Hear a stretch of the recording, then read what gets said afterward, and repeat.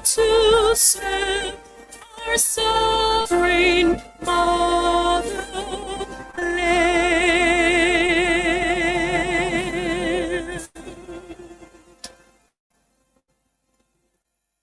Thank you.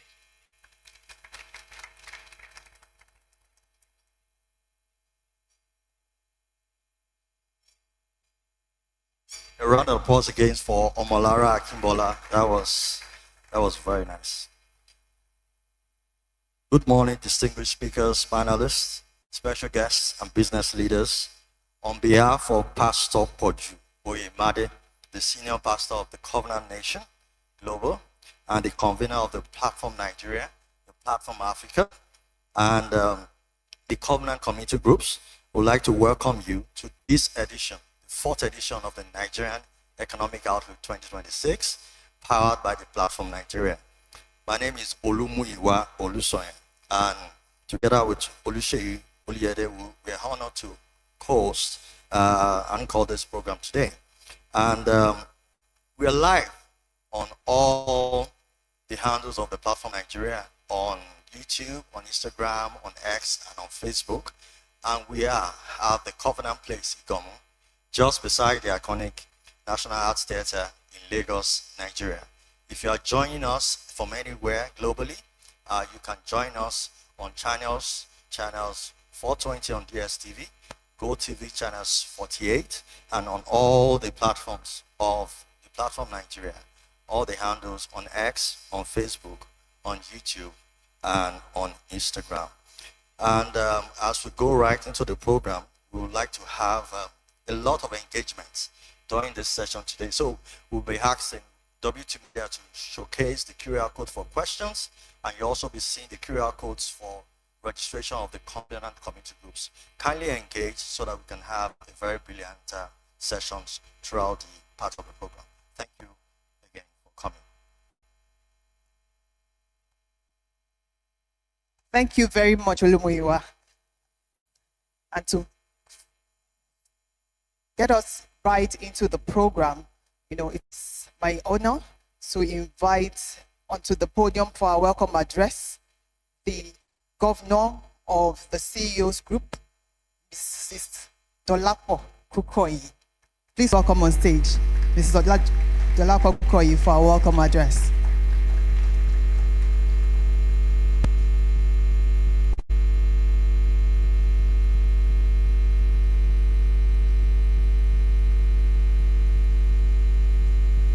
Good morning, ladies and gentlemen. It's really great to see a full hall. Thank you. Thank you for making the time out this morning. Firstly, I would like to warmly welcome our distinguished keynote speakers, Mr. Austin Okere and Mr. Bismarck Orane, and our panelists, Mr. Ugodre Ugochukwu, Ms. Chinwe Egwim, and Mr. Yomi Olugbenro. Thank you for making out the time, and thank you for graciously choosing to share your wealth of knowledge and experience. Also want to welcome our special guests, captains of industry, fellow CEOs, business owners, executives, managers, and aspiring professionals. I want to say again, welcome to the 2026 Nigerian Economic Outlook. This event started in a very simple way. It started as a webinar amongst members of the CEOs community group, a group of CEOs who are in mid-sized, small-sized, large-sized companies who came together to basically, as a way to share experiences, and to build themselves up. It's part of the model for the community groups. And I joined about 5 years ago.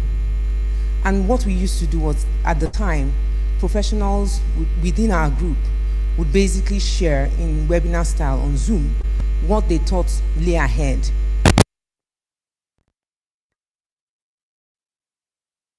So we do it in the last quarter of the year. And today we are deeply grateful to God for how He has honored that small seed that we started with and expanded His vision. What started as an internal knowledge-sharing platform has now grown into a marketplace platform where we hope that we can collectively fulfill our mandate to be light in the marketplace and to create value through knowledge, through collaboration, and shared insight. We're especially grateful to Pastor Poju, the global pastor of the Covenant Nation and the Covenant platform, and our chair of the CEO's Covenant Community Group, Mrs. Oladinka Arintunji, for their support in making this vision and this event a reality. Now, the theme of today's event is building with resilience in the Nigerian economic environment. We live in a time where businesses, nations, individuals are navigating unprecedented global headwinds, from geopolitical shifts to economic uncertainty and rapid technological change. And in a country like Nigeria, where the business environment is dynamic, is fast-paced, and it has become imperative for business leaders to build intentionally with purpose, sustainability, and resilience. Today's economic outlook is designed to give you insights from three powerful perspectives. First, from a business leader who has built a sustainable organization and truly walked the journey of resilience. He'll be sharing practical real-life lessons on building and sustaining businesses in Nigeria. The second perspective you will get today is from a renowned economist and an expert analyst who will help us understand where we are as an economy, where we are heading, and how businesses must prepare for what lies ahead. The third perspective you get today is from an exceptional expert panel, and a diverse one at that, who will provide strong practical analysis and real-world reactions, diverse sector perspectives, to help us translate the insights that we get into action, strategy for our organizations and our careers. I want you to encourage all of you today to listen both with your heads and with your hearts. Please engage, please connect, please ask questions, please share perspectives with each other or online. Because beyond these presentations, there's an incredible wealth of knowledge and experience and wisdom, even in this room. Finally, I would like to encourage those who may not have had the privilege of belonging to a strong, values-driven community, like I have, to consider doing so. What you see in this room today is the result of a group of people who chose to invest in growth, in learning, in accountability, and in each other. 5 years ago, I made that decision, and it remains one of the most instrumental decisions of my life. And I'm not just saying that because I'm standing here. Please don't do life alone. Join a community. Join one of the community groups. Leverage the power of synergy, because people grow together. They build stronger businesses, stronger institutions, and ultimately a stronger nation. Once again, you are most welcome to the 2026 Nigerian Economic Outlook. I wish you a very fruitful, insightful, and rewarding session today. Thank you very much. God bless you.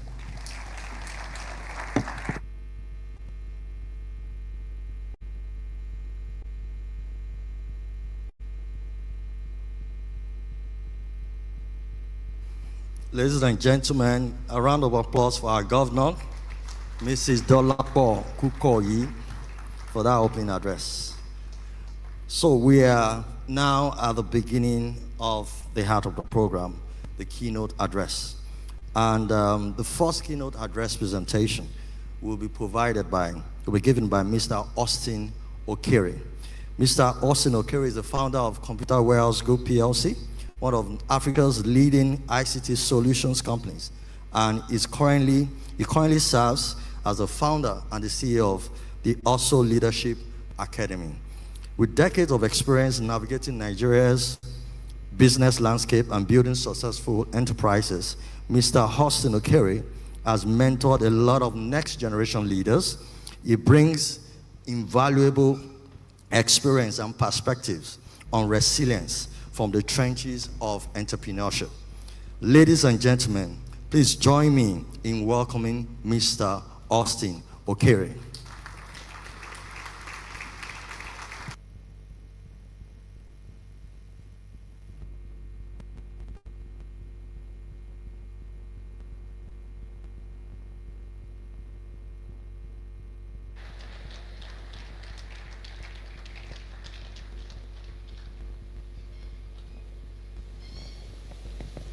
Good morning.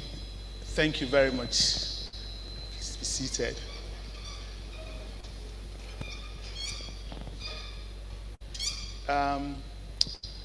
It's a pleasure to be here today.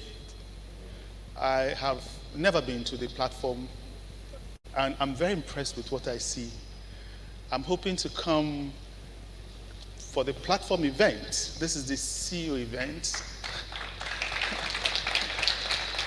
To be mentored by the plethora of great people that I've seen online coming to share on the platform.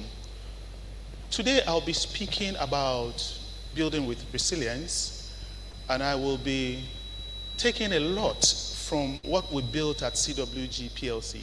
I know you know us as Computer Warehouse Group, but you know IBM used to be International Business Machines, IBM, NCR was National Cash Register, NCR. So we now call ourselves as CWG PLC. But it doesn't matter. Computer Warehouse Group will do fine. We started in 1992, and why building with resilience resonates with me is that by 1993 we had the impasse, the June 12th election cancellation, and our young company was floating with no real prospects. Many companies died. And it is that resilience that we leverage on that I want to share with you today. So, the outline will be in 5 places, and I'll try to fit it within the time. The CWG story is a story of audacity, a story of grit and belief, audacity to dream, grit to execute the dream, and the belief in God to guide our steps. But you cannot ask God to guide your steps if you are not ready to move your feet. Without commitment, you will not start. And without consistency, you will not finish. So let me start with the challenges in emerging markets. We know them. We can choose to lament about them, or we can acknowledge them and find a way around them. Eventually, they will be resolved. But we cannot wait until they are resolved before we do business. More often than not, people focus on this and they say, well, it's too risky. We can't do business here. Let me just jump and go and do work somewhere overseas. But in every opportunity, in every challenge, there's an opportunity. I also know that some of the things are quite an issue and need to be resolved. For instance, security. We just need to solve that security. I was sitting beside Bismarck, and we spoke about some of the things that dampen the progress we're making, like power.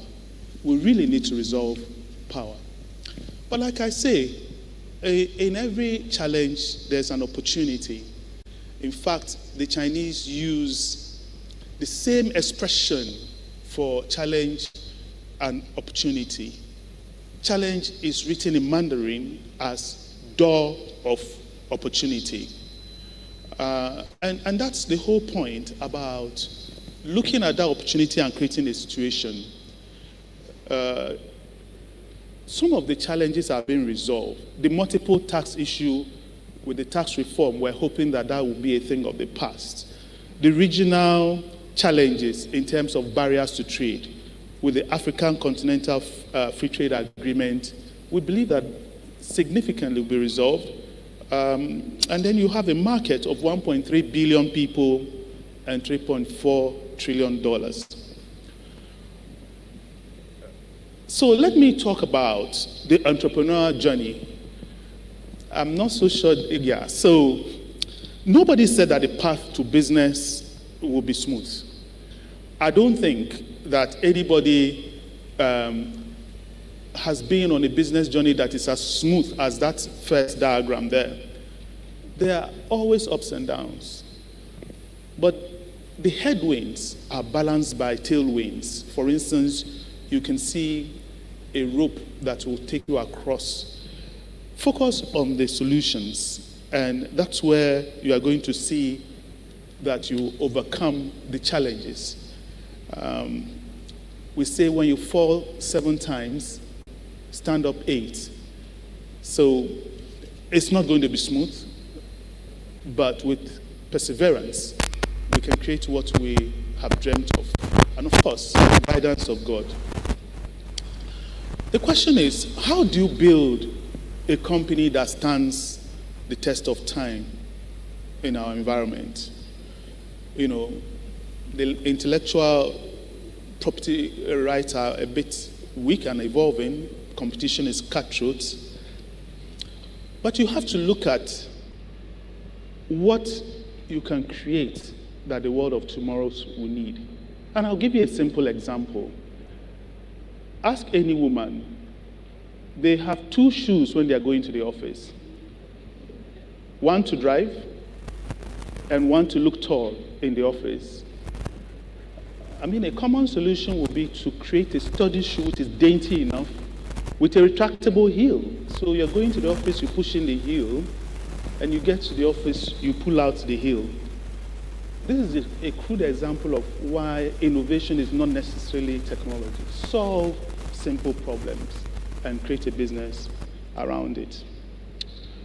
So let me talk about CWG PLC. It's a fascinating story because it's a story that will be a beacon to people that are sitting here to say, if Austin Okere could do it, then I can do it. Sometimes when we hear about Apple and Amazon and so on, they seem so far removed that we feel it's not for me. But here is a story that could be your story, and your own story probably will be much better, much more impactful. For me, it's about impact. So what is our mantra? What is the mindset that makes you succeed? Well, the most important thing is to have a mindset of in spite of. Everybody is here on time, but we know there's traffic in Lagos. There are 2 people. One person says, because there's traffic, I couldn't make it on time. And the other one says, in spite of the traffic, here I am on time. And the mindset of in spite of is the one that really wins any day. So anytime you are tempted to use the phrase because of, substitute it with in spite of. We also treat everybody, sometimes we micromanage, we're scared, they'll steal from us. And so people behave in that same mentality in which you hold them. But in CWG, we treat everybody as an owner so that they look at the business in an ownership mindset. But you have to lead by example. If you're stealing from government, don't be surprised that your people will steal from you. If you're stealing from the company, you set up a small business, don't be surprised that they will also steal from you. So lead by example, and you can treat people with a mindset. As I said, we started the business in 1992. So let me start from there. I've broken that into the periods where we started. So this is 1992, a chunk of it. I've told you about the Dune Trust and what happened at the June 12th and what then we had to do. What kept us going, and I can tell you for free, is trust. It sounds innocuous, but there are 5 tailors. Where would you take your clothes to?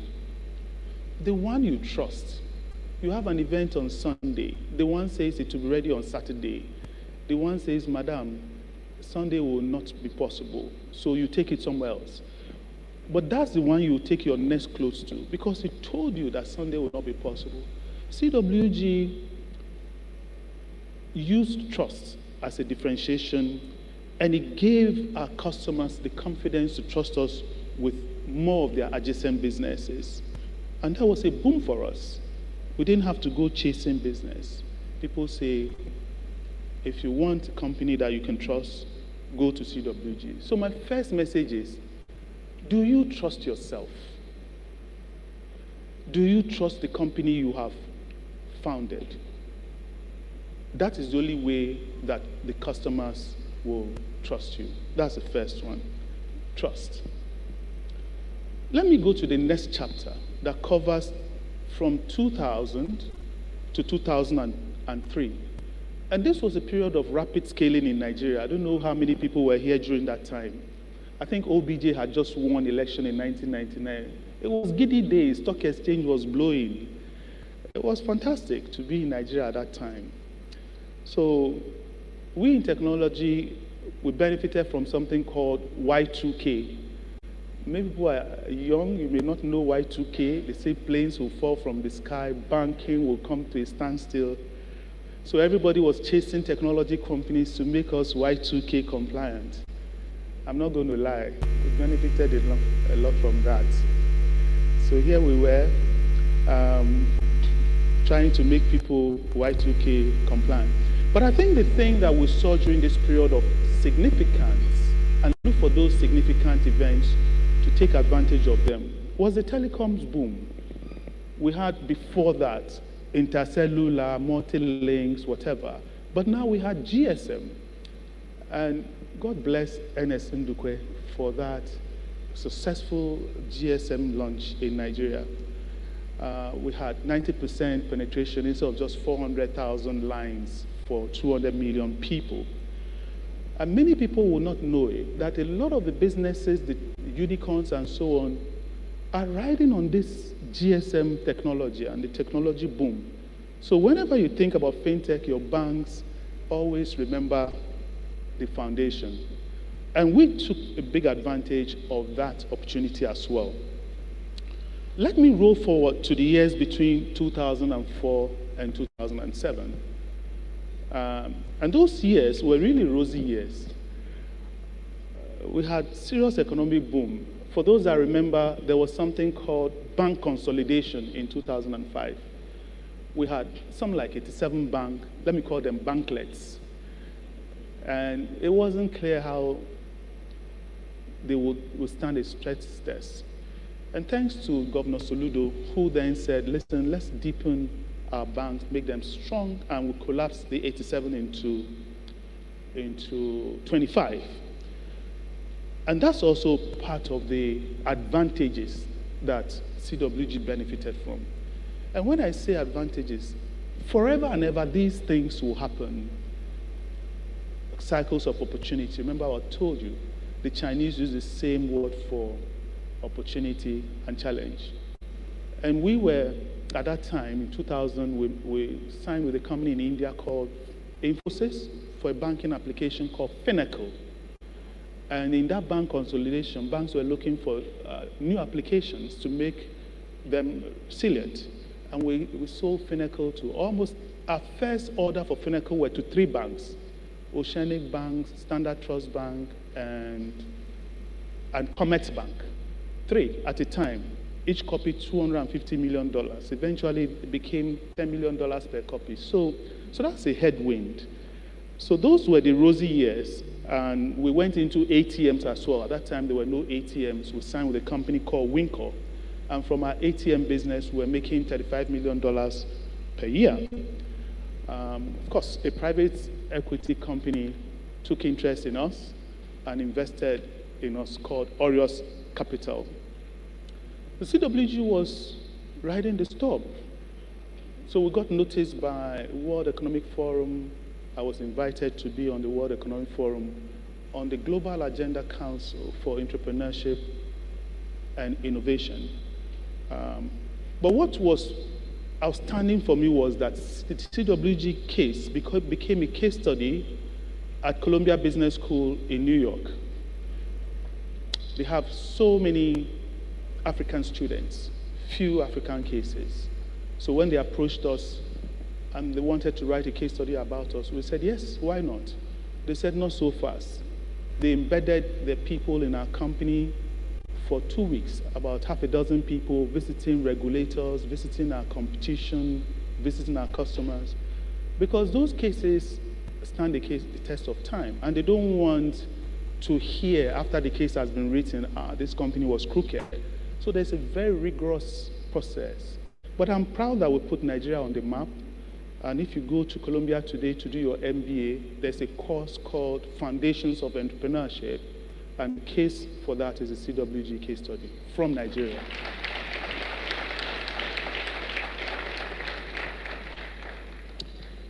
But that was not the end. Another Ivy League you may know is MIT in Boston. So MIT also came calling, and they wanted to write a case on CWG. And I'm like, gosh, is there something these people are seeing that we're not seeing? But they went even further because they were sponsored by the MasterCard Foundation. So they wrote a case study, but they also did a video case study, which is on YouTube. Look for it. It's very interesting. And I think that sometimes we chase clout. No. Do what you need to do, and clout will follow you. But when you chase clout, it's like chasing a butterfly. Be clear about the offer of your business to the community, to your customers, and be the best at it, and clout will follow you. Let me roll to the years of 2008 to 2010. You know, it's never smooth all the way. So this was where there were severe macroeconomic shocks. I don't know who remembers what we call the prime, what is property prime, whatever that happened in America. Subprime. Somebody, Bismarck, I know you know this one. Subprime. I mean, it was a shock. It was a shock. I've never felt so stressed. Our business had not come close to dying as this time. It was not only Pep that was holding his head. All of us were holding our head in CWG. But what happened? The good thing is, because private equity was looking at us, at the time of our need, Orios Capital injected $10 million into our company for 17%. And that was key in keeping us going. Why do I say it was key? Because the ATM business, of which we're making $35 million per year, when the Emir, governor of Central Bank, abolished or banned ATMs outside bank branches, we had container loads of ATM warehouses, and the banks canceled their orders because they didn't know where they're going to put them. I agree that the ATMs in public places were a nuisance, but I think that there could have been a different way of doing it. And our ATMs were stranded. And in order to come back to what to do, that money helped us. We then changed the business strategy.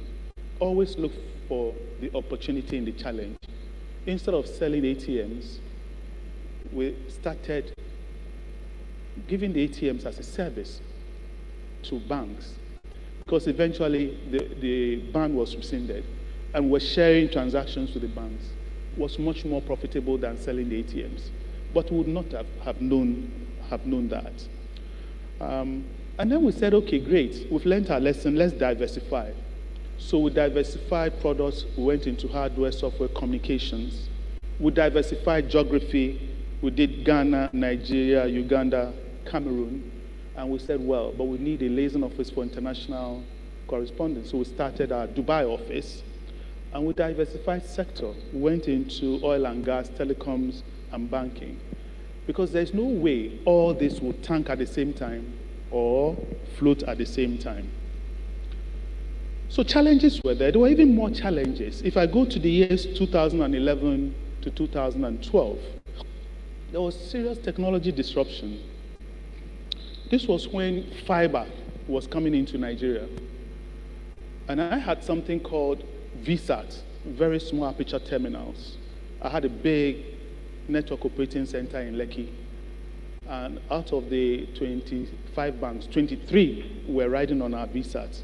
In fact, it was so good, we were making $4 million per year in profit, only on VSAT. And then fiber came. For those that have ever used VSAT, if you use fiber, you never use VSAT again. You know, when it rains, your DSTV goes down. Similar with VSAT KU band.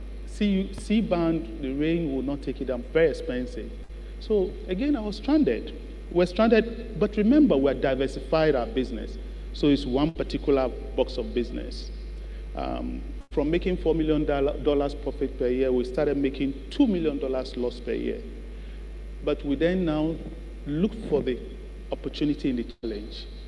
The company that was taking our customers was MTN. So I went to MTN and I said, why are you stressing? I will give you these customers by, just don't even stress. The only thing, let's share revenue. So I'll do the support. You take 80%, I'll take 20%. And then we became what we call virtual network operator to MTN. We also use our hub in Lekki for what we call they're trying to do broadcasting from white spaces. So there are challenges, but always look for the opportunity in the challenges. Let me jump to 2013. Sorry, I'm going very fast because I'm told that we need to finish quickly. 2013 is when we listed our shares on the Nigerian Stock Exchange, a week before Twitter listed. We're still there. Twitter is gone. X has taken over. So we played the long game. And I'm talking about listing from two sides of my mouth. It's not for every company. You need to determine whether this is for you. But for a company which is looking at sustainability and unlocking value, I think it's one of the most viable ways of doing that. I mean, you'll see in a minute why. But it gives you liquidity. You go to the exchange, you sell your shares if you want, you can buy, other people can buy and sell. The prices go up or down based on your performance. It's like walking naked in the marketplace. So if you have things to hide, maybe listing is not for you. And in that same 2013, if you look at what we did, I started the business with $35,000 in 1992, $35,000. When we listed, it was $90 million valuation, which means that the returns is 2,500 times. So, Yomi, if you are putting $1,000 then, on the day of listing, it will be $2.5 million. But you didn't put in $1,000. I don't see your name on that list. But it's like that. That's the value you create. Creating this value is not just only for you. It's also for the community at large. So that's what has happened. If you look at the market, a lot of people that have bought CWG shares, they'll tell you their story. The value is not only for us. Customers that are being served, suppliers we buy from, and people that benefit from the company. Sometimes you really need to give up to go up. You need to let go of your comfort zone and make some trade-offs. Explore new opportunities to create realities that are better than where you are coming from. These are some of the problems that hold us back. You always say yes, even when the answer is no. You're pleasing people. We always clutch off onto what we have, but by doing that, you cannot go further up. You need to be a bit more, look for significance. And then we're always looking at quarter to quarter to quarter. If you look at the Chinese, why they are successful is that they play the long game. They do something, they expect the result in 5 years, 10 years. In the American system, 3 quarters, they'll sack you. But we prefer the long game. So these are the trade-offs I made. And what was the result? So I got invited to the EY Entrepreneur of the Year. I was a finalist. I've told this story before. And we got noticed. I got invited to the World Economic Forum, to Columbia Business School. And I became an entrepreneur in residence at Columbia Business School. I go in summer, in spring, and in fall to teach the course of Foundations of Entrepreneurship with Professor Lowe. It's a badge that I wear with great pride. And sometimes people that have been through my class in Columbia will call and say, listen, I just listed my company and it's 2 billion valuation. I say, wow, teachers, you teach and then. All right, so let me shift gears a little, leave computer warehouse or CWG case study, and come with some things that I think will help you. So I call it impact and responses. People react differently to impact. Sometimes when you are in that red environment, you just give up. This Nigeria is hard. Then you begin to devise shortcuts, begging people with all sorts of interesting stories. These stories are very innovative, but eventually you probably would have gone around begging everybody. In that red space, you really need to get out of the mindset of defeat. Think about in spite of. Do not lean on because of. If you do that, you get into the blue space. The blue space is the zone of fear. So I want to do something, but I lack confidence. And that confidence that you're lacking stems from a lack of critical and innovative thinking. You blame somebody, you can blame anybody. It doesn't change your circumstances. And then you may go to the yellow space. That is the space of learning. That is why you are here. What do I need to know to be better? And in that yellow space, you augment possibilities and create new realities. Yes, we honor the past, but we challenge the present in order to create the future. The space you really want to get into is a green space. That's the zone of growth. You refine your purpose. Sit back, reflect, refine your purpose. Set new goals, not too big, but when you achieve, then you set other goals. And then execute relentlessly. I realize that our problem is execution. People set new goals. This 2026, my New Year resolution, I'll go to the gym, I'll lose weight. 1 week, they'll go to the gym. Second week, this night, if I miss it, nothing will happen. And once you start missing, then you start execute relentlessly. And that's how you are going to achieve those goals that you set. And then have an accountability. Do a check, an audit. How did I do today? How did I do last week? Could I have done anything better? Do that audit so that you have the course correct if things are not going in the right direction. But I think before you start this, there has to be a mindset shift, that transforms into the kind of progress and a future that you envision, for yourself. Like I say, the biggest threat to success is success itself. You cannot pretend to be hungry when you are not. So don't eat and be full. Leave some space. Be humble. Stay hungry and then stay humble. And then you see how the magic happens. Let's look at what then happens when you've been able to do that. Then you begin to look at the turns, what I talk about in the opportunities and the cycles of opportunity that came. I talked about Y2K, I talked about banking consolidation, and I talked about telecom boom. There will be other ones. Now we're talking about AI. And when those things happen, they shake the industry, and then you have new leaders. CWG was not always the leader in technology. I had technology companies when I started that I was really admiring. But whenever there's a shake, make sure that you come up on top, like the cream on top of the milk. And that comes from innovation. Think about innovation. It's like a train. If you are at the station waiting for the train, you can stand in front of the train, it will knock you down. You can remain on the platform, and it will leave you behind.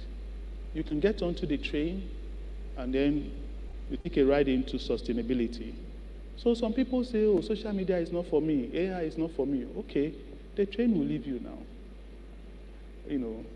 If you learn AI, even if you don't like it, chances are that you keep your job and probably be taking other people's job instead of other people taking your job. Innovation is key to survival because we are comfortable with where we are.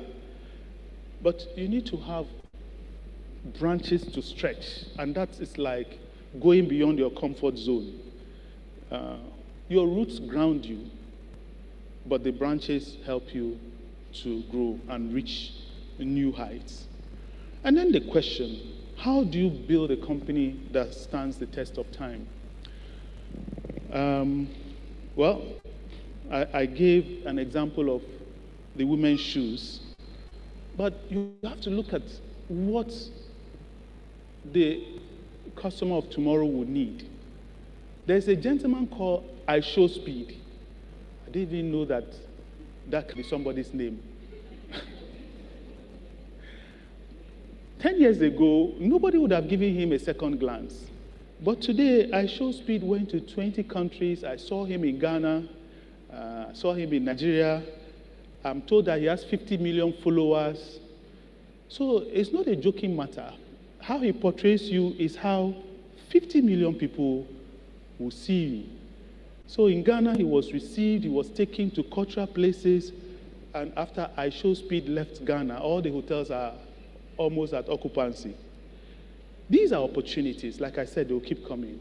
I mean, I wasn't in Nigeria when he came. Maybe you have to judge by yourself how the visit of I Show Speed helped or dishelped you.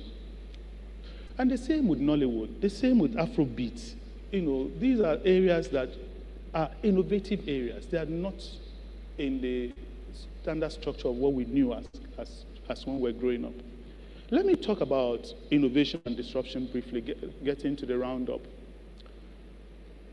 So if you look in all those areas, there are homegrown technologies that have made it in those areas, whether it's agric, whether it's e-commerce, whether you can find yourself somewhere. And if that somewhere you want to find yourself is not there, create it and put it there, like Mr. I Show Speed.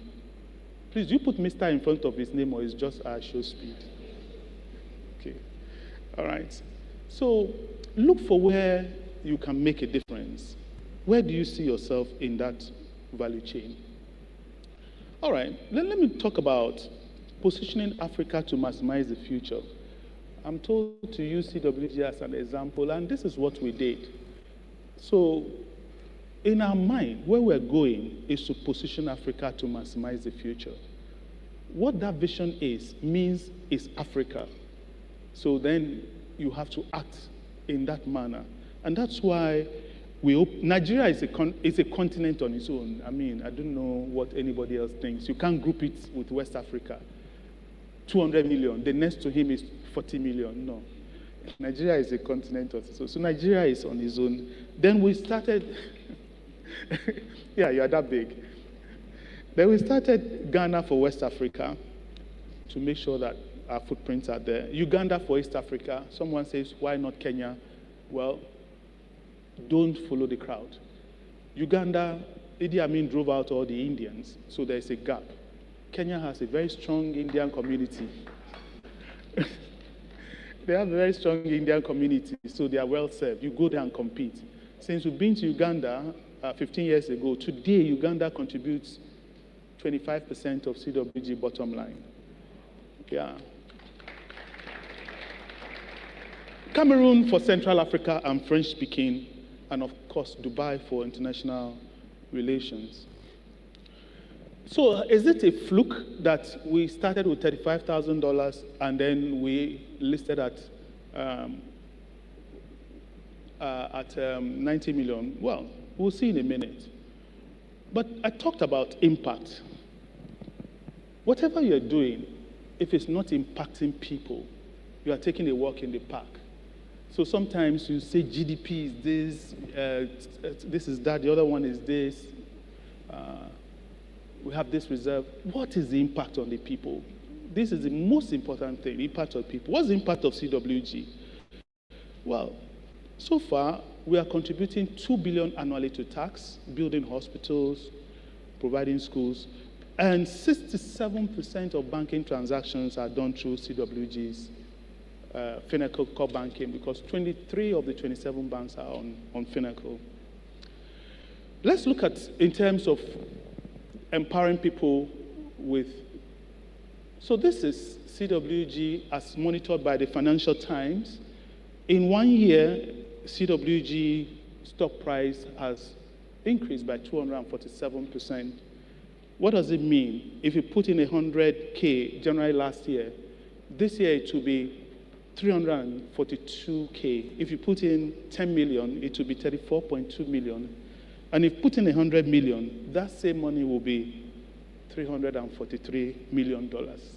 That is impact. That is impact. All right, so that's the end of CWG. Let me end by talk about what gives me satisfaction. CWG is a commercial journey.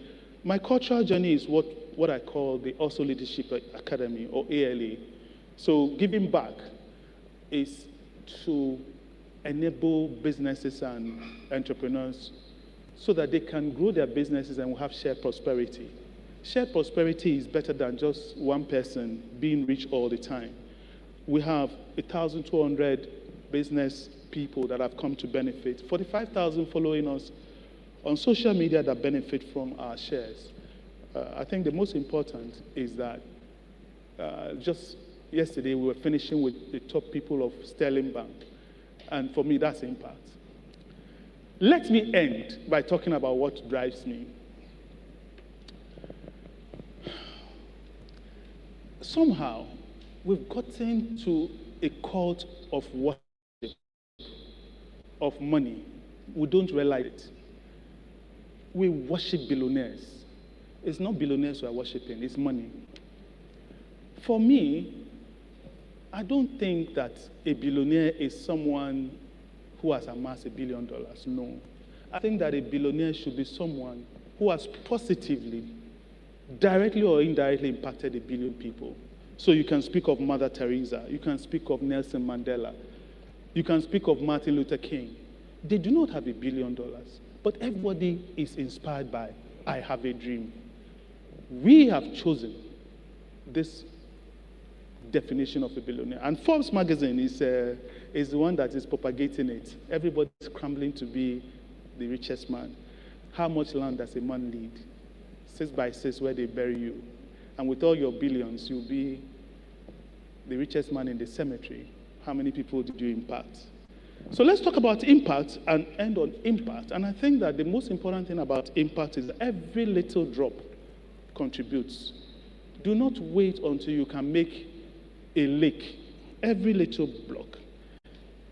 And when you put these drops together, from your little, you get what becomes a mighty ocean.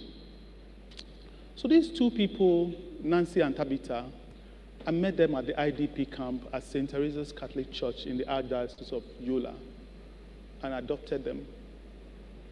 There's a shift already, you know. Yes, their location is probably not where it's ideal, but in the mind, these kids, the sky is their limit. And you can also do the same and change the life of a kid. If not you, then who? If not now, then when? And my last parting thought, 3 W's. For those that I've spoken to before, you know this already. The 3 W's for me that kept me grounded. One is willpower. Whatever you do, make sure you are the best at it. If not the best, keep improving. And that speaks to your aptitude, competence. Then there is willpower. That is attitude. Where everybody says, Austin, give up.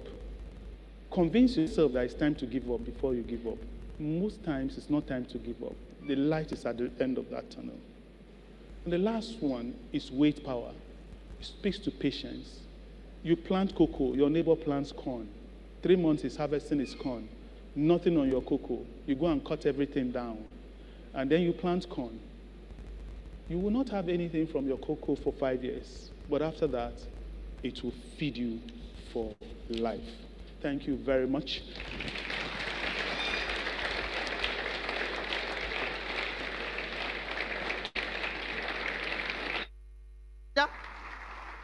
Louder, please. The applause, louder for Mr. Okere. Thank you so much, sir, for those rich and insightful insights. and the experience you've shared. Thank you so much.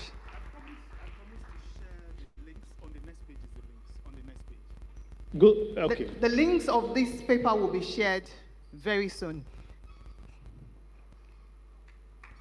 Please, let's give him another round of applause. Let's give him a huge round of applause. Thank you, Mr. Okere.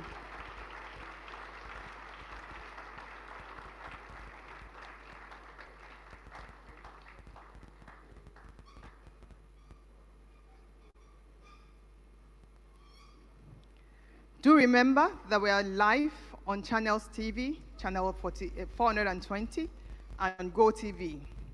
And remember to join us on all our various online platforms. Ladies and gentlemen, we now move to another dimension of this.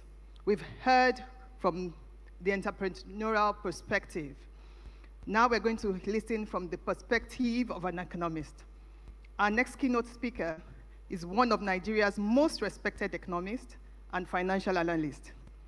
He is the managing director of and CEO of Financial Derivatives Limited, a leading economic and financial consulting firm, known for his incisive analysis of Nigeria's microeconomic trends and his influential contributions to policy discourse.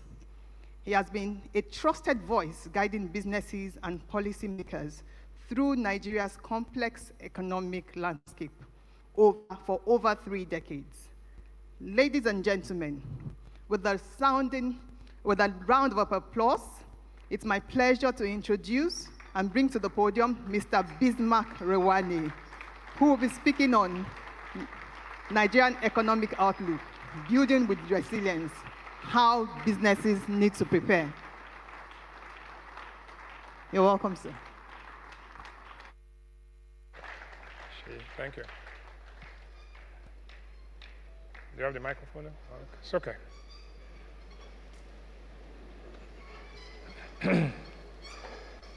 Good morning, ladies and gentlemen, distinguished guests.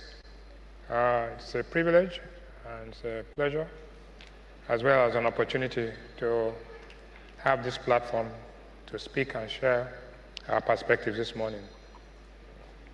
I listened to Austin, and Austin did a good job in terms of breaking down what it is, what we call the micro. For every CWG group that succeeds, there are maybe hundreds that don't succeed. But the thing is that it's a success story that we must emulate. This economy is made up of individuals, made up of government, made up of investors, made up of manufacturers, and made up of survivors. So we're going to be talking this morning about a couple of things, if I made it right. The business environment in 2026, and I think Austin referred to the fact that in 2026 people made resolutions to go to the gym, and after a week they didn't go to the gym. But 2026 is far gone. The reason why 2026 is far gone, and we are talking about 2026 in February, is simple. As we closed 2025, everything was going well. Then, of course, there were the bombs, Christmas Day bombs. Then there was a New Year present in Venezuela.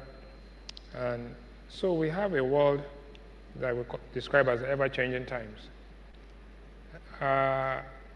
If you're a marksman, you know that shooting a moving target is 16 times more difficult than a static target. But also, if you have two things moving at the same time, it is 16 to the power of 2. In other words, we have the world moving due to Trumponomics, but we also have the Nigerian and African economies moving at the same time. So if you are planning, you have to take all of those into consideration. Those who fail to plan plan to fail. So today, we're going to be talking about this, variables, and I'm going to be, I think that's, okay. So, what is the business environment going to be looking like in 2026 if you are a Nigerian? Firstly, you are in an economy which is $250 billion total output of goods and services. And it's broken down into 4 components. It's broken down into consumption, which is what all of us do. It's broken down also into investment, which is what CWG, Boa Foods, Dangote, Hayes Holdings, and others do. There's government, which also everything that government does, and government is federal government, state government, local government, agencies, MDAs. And then last but not the least is what we call net exports, which tells you how much we export versus how much we import. When you add all of that together, it gives you your GDP. If you divide that GDP by the number of people you have in Nigeria, 236 million if we are correct, it gives you about $1,000 per head, $1,000 or $1,100 a head. But that could be deceptive in the sense that $1,100 per head means that all of us is divided equally. It means that we go there and Chinwe and Elijah Aliko have the same amount in their pocket, but that's not true. The reality is that, some are born great, some achieve greatness in their lifetime, and some get greatness, are trusted with greatness. But the reality is that some are more equal than others.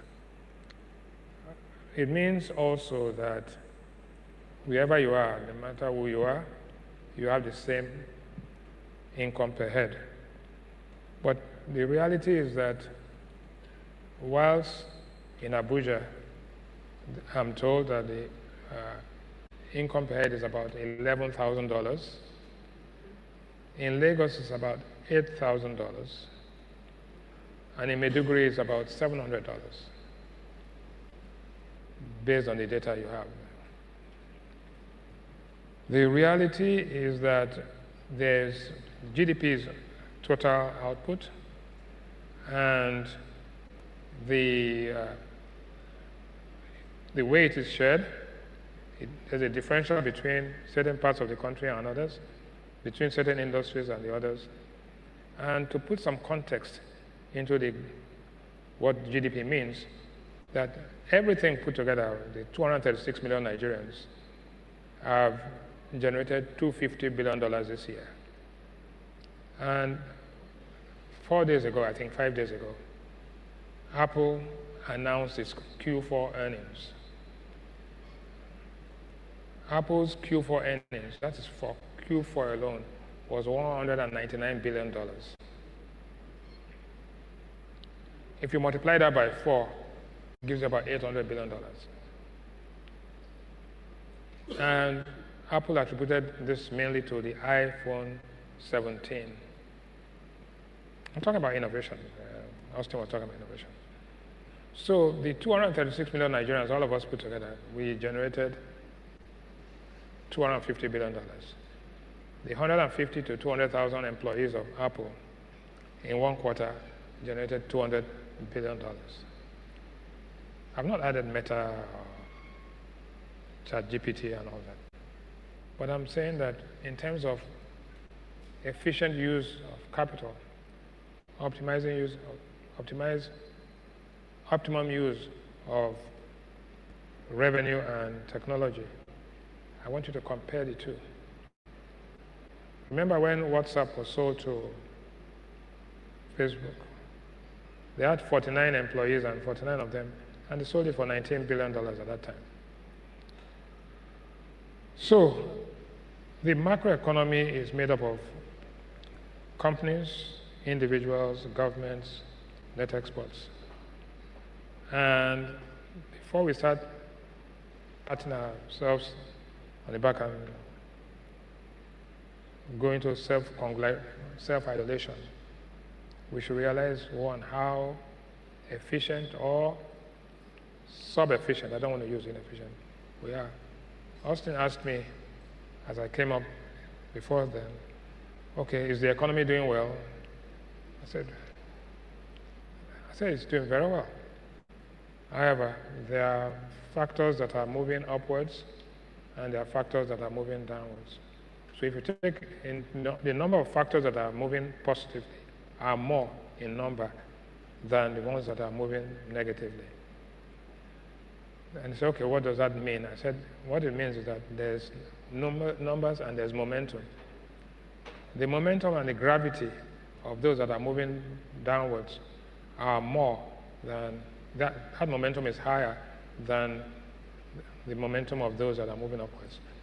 So I explained it further. And this we had a half-a-minute discussion. I said, whilst telcos are probably moving forward aggressively, and manufacturers are moving forward aggressively, power supply is moving negatively. But the negative momentum of power supply is more than the positive momentum of those sectors that are moving positively. Therefore, in the end, the laws of gravity will apply. And in economics, at times we say we have the unbalanced growth theory that Soludo believed that if you energize the financial service sector, if you recapitalize and you put new regulations, the financial service industry, the banking industry will pull all the others in that direction and will succeed. But at the same time as it was doing that, there was the subprime crisis which was pulling in the other direction. So the banks raised money, there was also fictitious capital, but at the same time the sectors that were moving backwards actually moved. Therefore, net-net, we didn't see as much as we should have seen if everything was moving in the same direction. I think it's important to set some context here. Two is that I've broken down what the GDP means, but I want you to understand that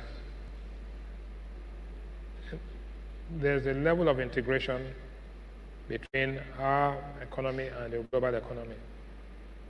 And I give you examples. In 1995, there was the the Southeast Asian crisis with Malaysia, Singapore, and others.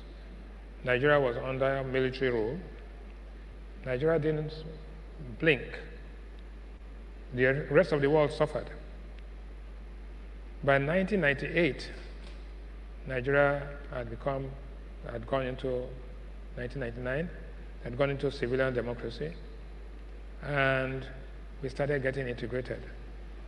In 1995, you heard of a crisis, it didn't affect you. In 1998, 1999, there was the technology .com boom, and we heard about it, but we didn't feel it. But by 2005, when Nigeria had mobile telephony, Nigeria had integrated, had raised additional capital. What happened in 2008, we thought we were still insulated from global shocks. But when the crisis of 2008 happened, it not only shook us, it almost obliterated Nigeria because of one thing. Lehman Brothers, Bear Stearns failed. Merrill Lynch had to be acquired by Bank of America. And the failure of the banking system due to the spillover of the subprime mortgage led to a complete loss of confidence in the US and the global financial markets. If not for that, there was no way that a black man would have become the president of the United States. John McCain was just coasting in until a major collapse. So The world, we had become more integrated. Our own economy went into a state of shock. The banking revolution and banking reform had to stagger. We had our stock market collapse, but luckily we had our pension reform at the same time and the technology reform. That helped us to overcome that. But then we learned our lessons from there and we went on all the way to 2009 and where we are today. Where we are today is 250 years ago that you had the American independence, 1776. 250 years ago was when Adam Smith wrote The Wealth of Nations. And in The Wealth of Nations, he stated categorically the 4 canons of taxation. And 250 years later, we're still talking about tax reform. 250 years later, we're talking about the War of Independence was about no taxation without representation. And you can see that even in the National Assembly of Nigeria today, we're talking about what is the gazetted tax rules and all that. So it's interesting that 250 years, right? 2.5 centuries after, we're still talking about the same thing. So some things never change, and some principles remain the same.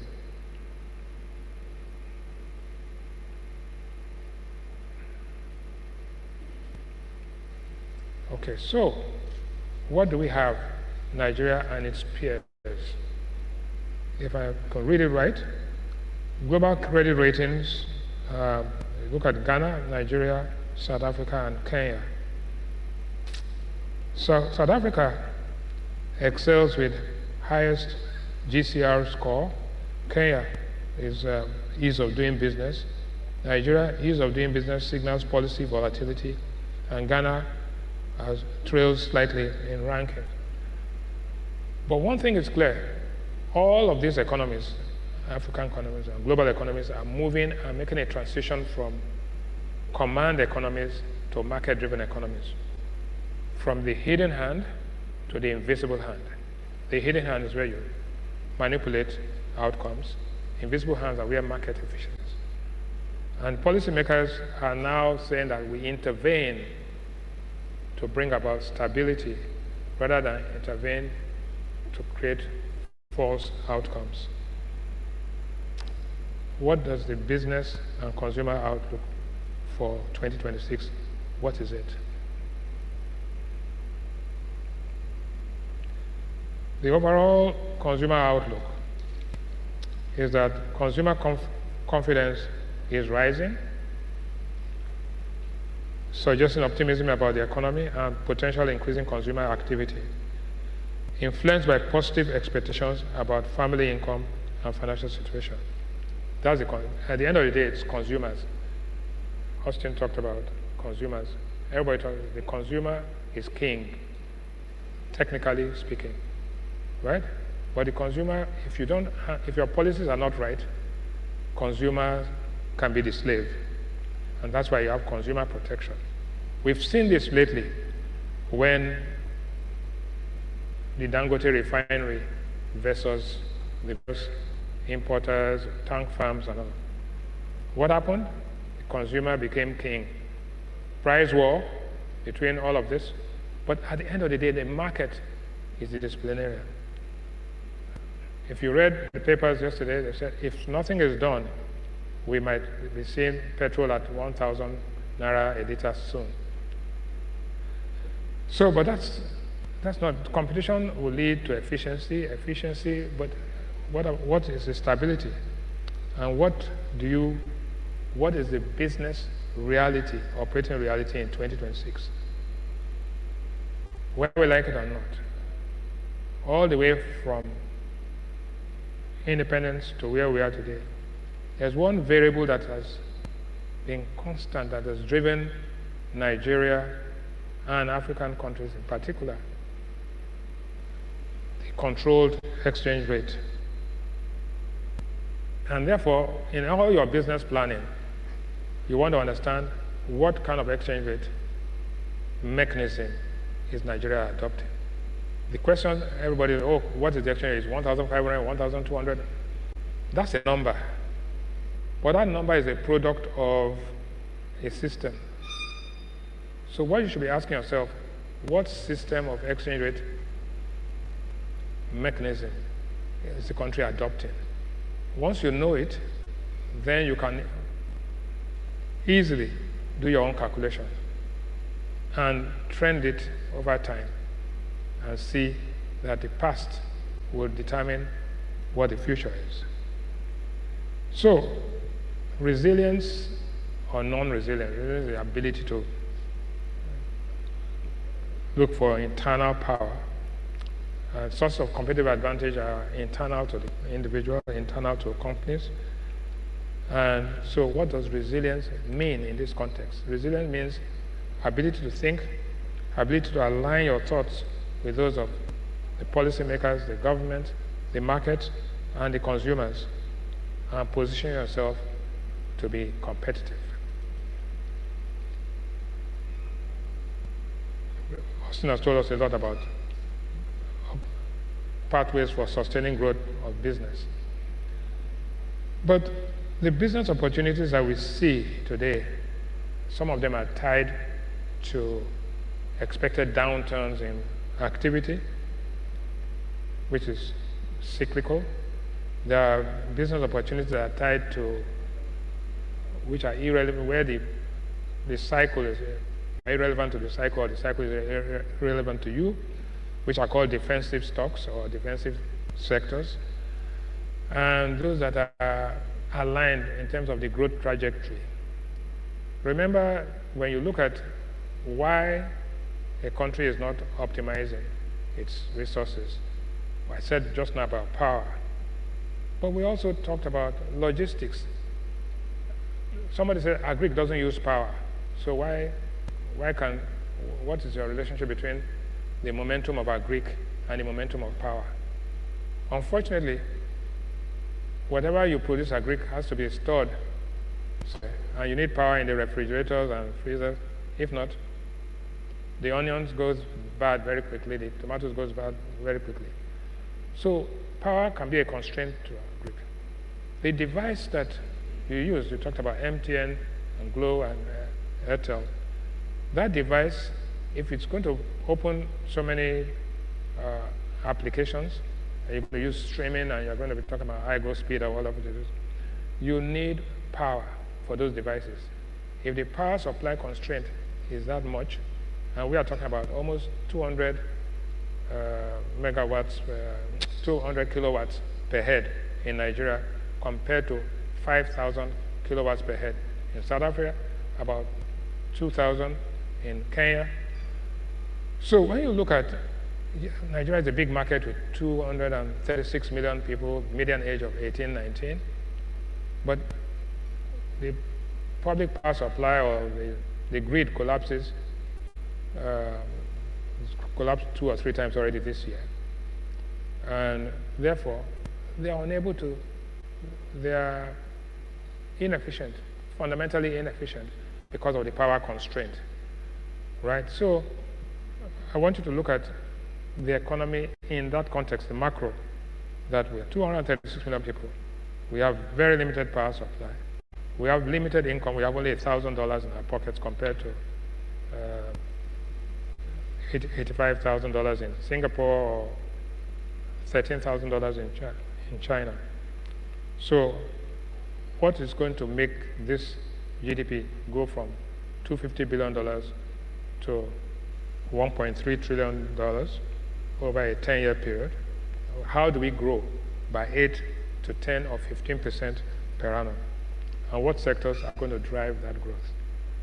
Number one, not in any particular order, the business opportunities, fintech and digital, because there's nothing you can do without fintech and digital. Oil and gas, very, very important. Agribusiness, if you don't feed people, and once you grow the food, then you can also export across. Light and heavy manufacturing. Heavy manufacturing is cement and steel, while light manufacturing are fast-moving consumer goods. Renewable energy, It is now clear, just like in Pakistan, that solar energy and renewable energy is cheaper and more cost efficient today than fossil fuel. So whilst you begin to invest on power stations and thermal power stations, gas-fired, you must remember now that technology has moved, and the global environment in which China is dumping solar panels and also dumping renewable batteries at lower cost makes it almost inefficient to continue to invest in your normal fossil fuel. Solid minerals, again, look at the solid mineral map across Nigeria, and you see the effect of resource nationalism. It is not by coincidence that Nigeria found oil in 1958 in Olobiri, and by 1966 there was already a war about seceding from Nigeria with the oil. So it's not a coincidence, right? Therefore, there's what we call resource nationalism and the crisis that comes with it. It's not by coincidence that the gold and diamonds in Liberia and Sierra Leone led to the crisis at ECOMOG. It's also not by coincidence that ISWAP and the solid mineral crisis in certain parts of northern Nigeria is also.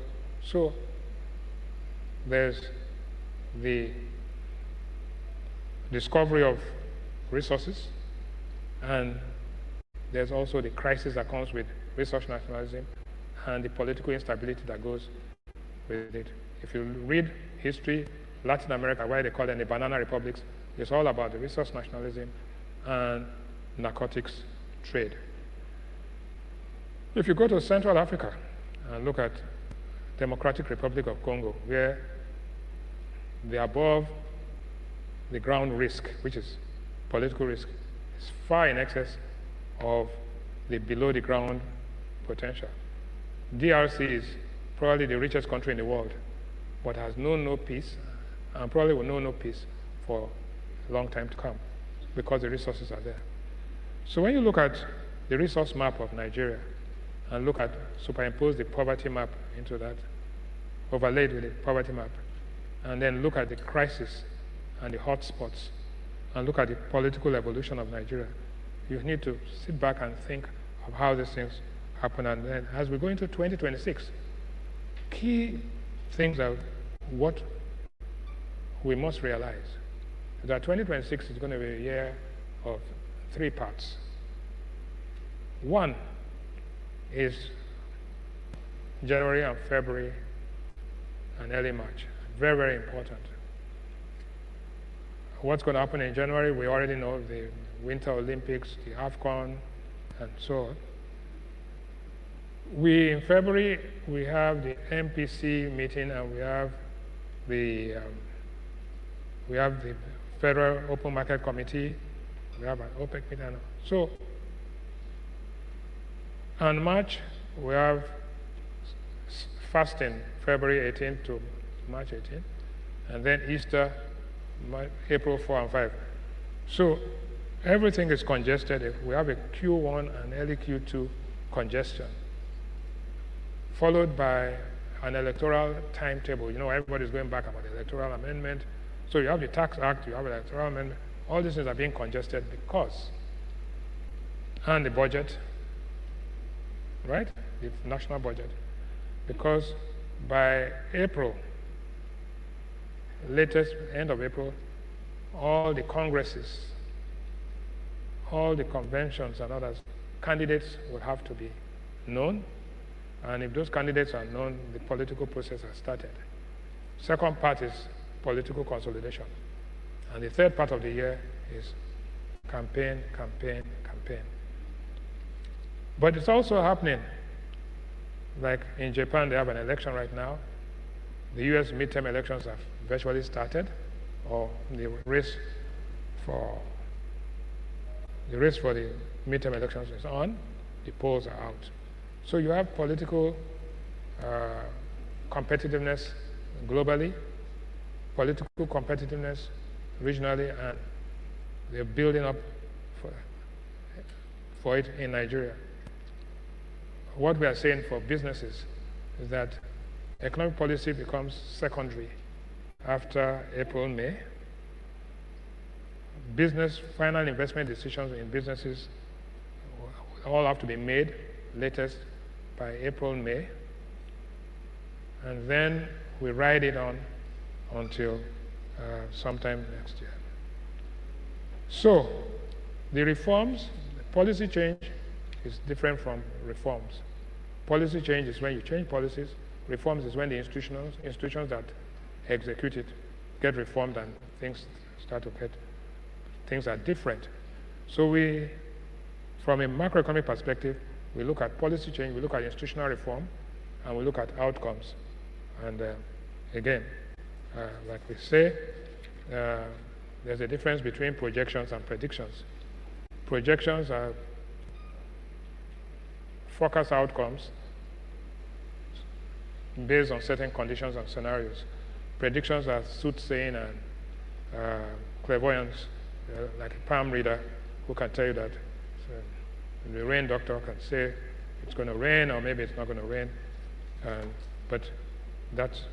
So we are not interested in predictions, we are interested in projections.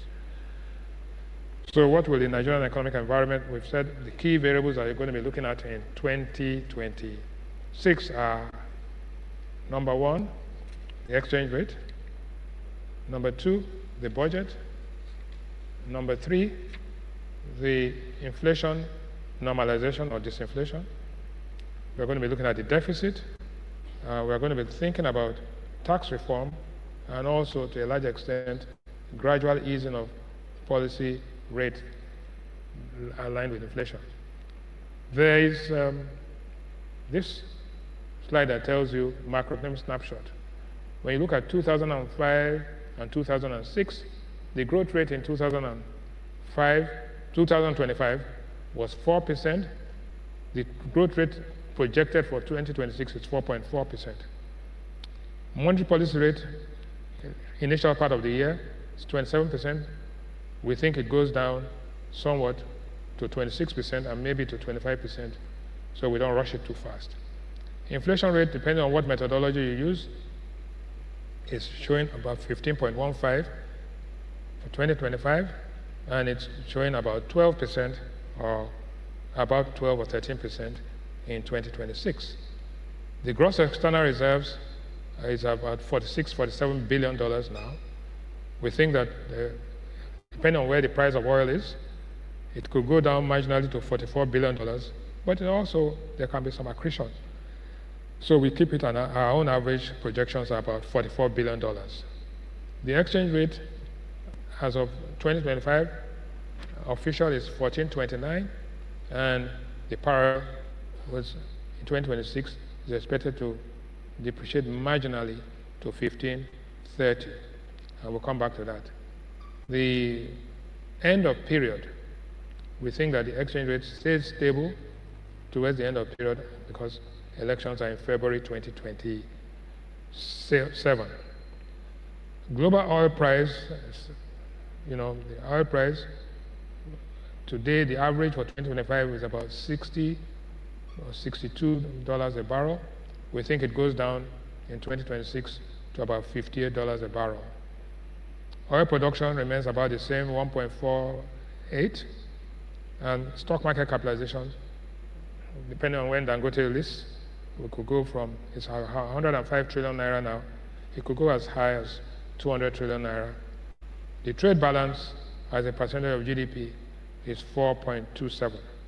So synopsis, Nigeria's GDP is expected to grow at 4.4%, gradual policy rate, the first shot about 100 basis points in February, we hope.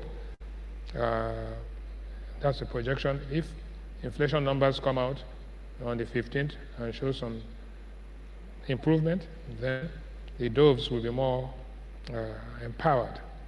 The exchange rate will trade between, right now it's appreciating quite rapidly and it's stable, and we see that appreciation continuing. And we've talked about gross external reserves and trade balance. Now, I've already explained what the growth is consumption driven, but it's going to be, the goal is to make it investment driven and government driven as well. We anticipate that Naira will, so we'll go to the big question about, one, the mechanism for determining the exchange rate. It's very clear. One, central bank believes in efficient market hypothesis. Two, that if inflation is well anchored, then the exchange rate will be more efficient. Also, if you allow inflows and outflows, especially foreign portfolio investment flows, and your interest rate inflation differential supports where you are, then all things being equal, the Naira should appreciate or remain stable at worst. So we go to the simple, one thing is happening, the gap between the parallel market and the official market has been widening, but that's an interim or temporary aberration. We think it stabilizes after a while, and that if the central bank notices that there are fundamental weaknesses, they will then adjust efficiently. There's no question about that. They know what they're doing. The next slide will show you why the Naira is convergent. When there's convergence between all the rates, that means the currency is not misaligned. And if it's not misaligned, it means there is stability. So, how do you work this out? And how do you compute this? We have a method, this can show you. If you take total money supply and divide it by external reserves and total exports, you get 1,334, which is a fair value. If you do the purchasing power parity, which takes the price of a basket in Nigeria divided by the price in New York, you get 1,256, which shows that it is 11% undervalued. And the official exchange rate is 1,390. You can see the difference between all of this is marginal, which means the currency is more aligned and nearer equilibrium than it will be. If any distortion happens, assuming that the price of oil falls to 55, some people say, and the price of gold goes up to $6,000, $7,000, the worst that will happen is that the currency loses a little bit of its value. You see what's happening in Britain because of the Epstein files. We're seeing the British pound now at 1.36. So, but if you look at the Nigerian currency against, the dollar has appreciated, right? The dollar actually depreciated about 11% year to date against a basket of currencies. So the Naira, even if you are constant against a depreciating currency, you may be losing. But if you look at the Naira to pound, the pound, it went as high as 2,200 or 2,100, and now it's about 1,985. So it means that the currency is stable, it's within the path, what we call the efficiency path, and that it's going to remain that way. Don't expect a massive appreciation in the currency because that will not make it competitive. The next item, impact of Naira alignment on businesses. The reality is that if you look at performance and corporate earnings, 2023-24, we had massive losses, and every guidance was the companies have lost because of foreign exchange translation. So, but we've been dealing with foreign exchange for the past 60 years as a country. How come in 2023, 2024, and 2023 and 2024, everybody is talking about exchange losses? You know why? Because almost all the companies are due to their parents in foreign currency. They are due to suppliers. And it was captured in the audited financials at the official rate. When the official rate now moved close to the parallel rate, they had to recognize those losses. Those are one-off things. And what did the companies do? They now domesticated their international obligations.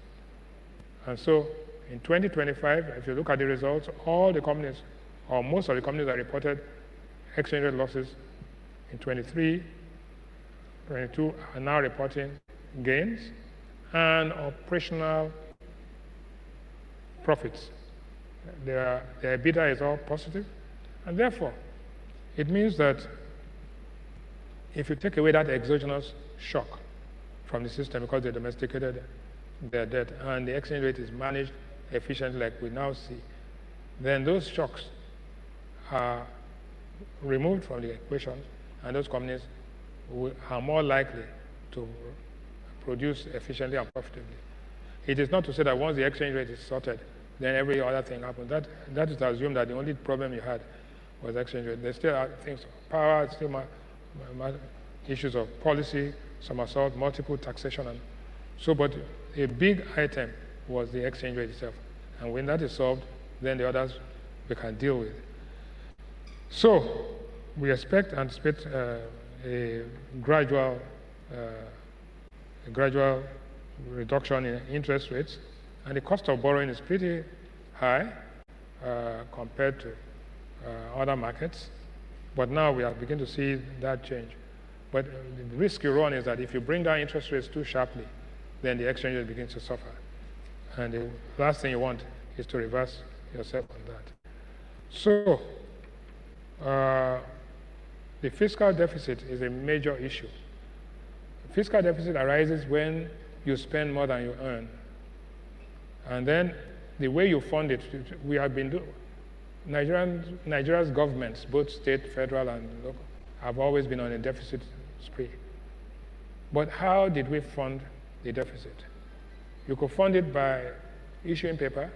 You could fund it by actually having a supplementary budget where you reduce your expenditure. You could also fund it by ways and means, which is another way of printing money. Or you could fund it by actually raising additional bonds.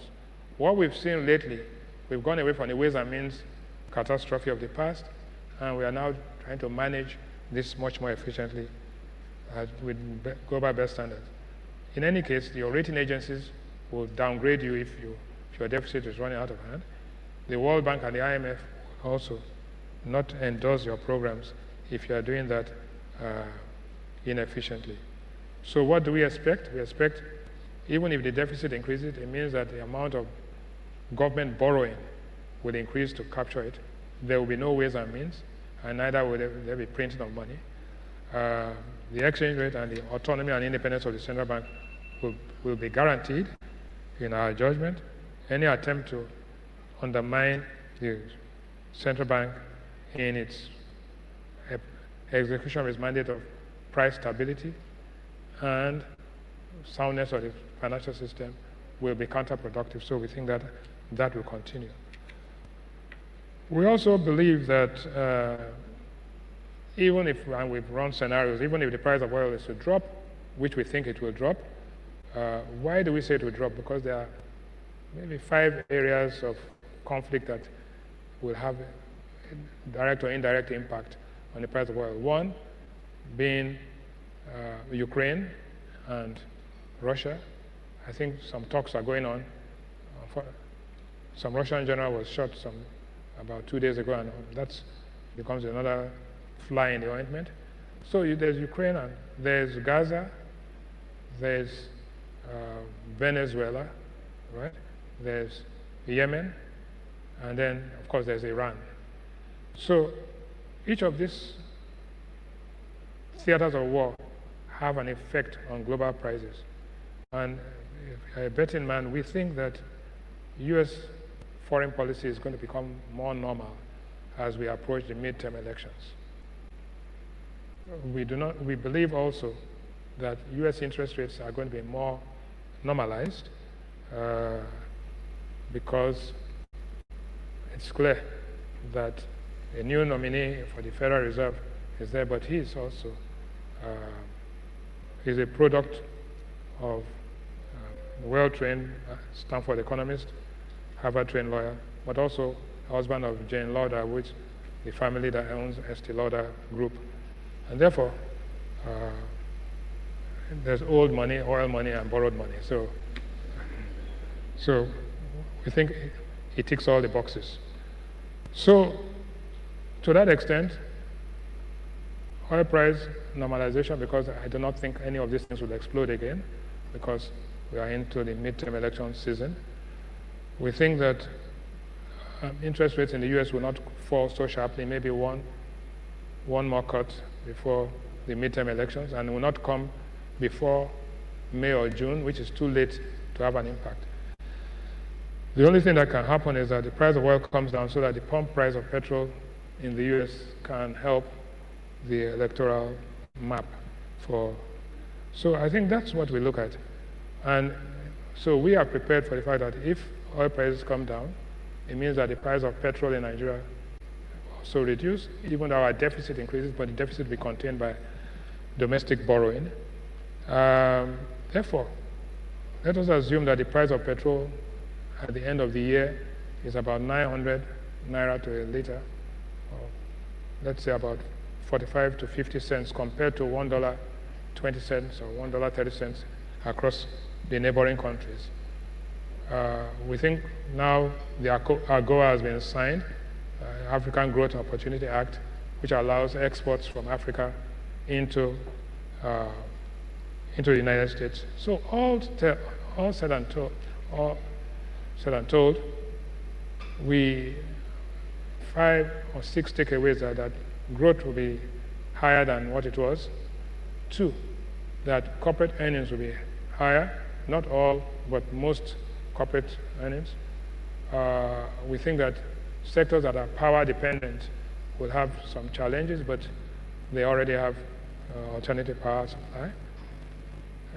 We think that the interest rates will decline marginally to support the disinflation trajectory, but the central bank is not going to be carried away by excessive thinking, excessive optimism.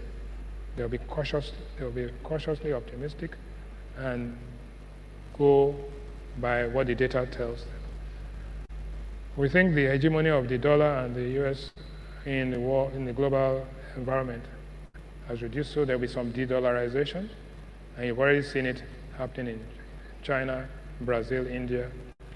So some of these things will never come back. We believe that technology will be driving the Nigerian economy, and we've seen it already, especially in the telcos and the fintech space. We've heard now that MTN is acquiring all the stake in IHS, which is the tower business. There's also the submarine cable, which they own significant interest there. And that's why in the last 2-3 days, one of the biggest drivers of stock market activity has been the telcos. So when you see an industry integrating and also at the same time consolidating, it means there's a lot of room for additional investment. Not the least being the impact of AI and the power supply innovation. So generally speaking, the data points to the fact that the economy is going to do better. The data points to the fact that the distribution of income and income distribution and insecurity is a major threat. Therefore, even if the data looks positive, people will not feel it. There's a lag between when the data looks positive and when the impact is felt. And if the impact is felt, whether it's going to be equitable and fair, because productivity without equity and fairness will lead to insecurity, and insecurity will undermine everything. So you've got to look at the total package. If the news about Nigeria is about what happened in Kwara, and not about the stocks that are doing better. So bad news moves faster than good news, especially if it's coming in a context of resource nationalism. It is. So we need to deal with our security problem, not by just sending troops there, but ensuring that there's a Marshall Plan that deals with poverty, that the transfer of money from people, consumers, to the government, that with subsidy are reverse taxes. Once you remove or reduce subsidies, you actually increase the amount of money in the government. But how the government spends it is a critical issue. So the efficiency of government expenditure, the fairness of government expenditure, the distribution of government expenditure and income, and more than anything else, the ability to read the tea leaves as to see whether the people are feeling the effect of these policies and reforms is very, very important. Thank you very much, ladies and gentlemen.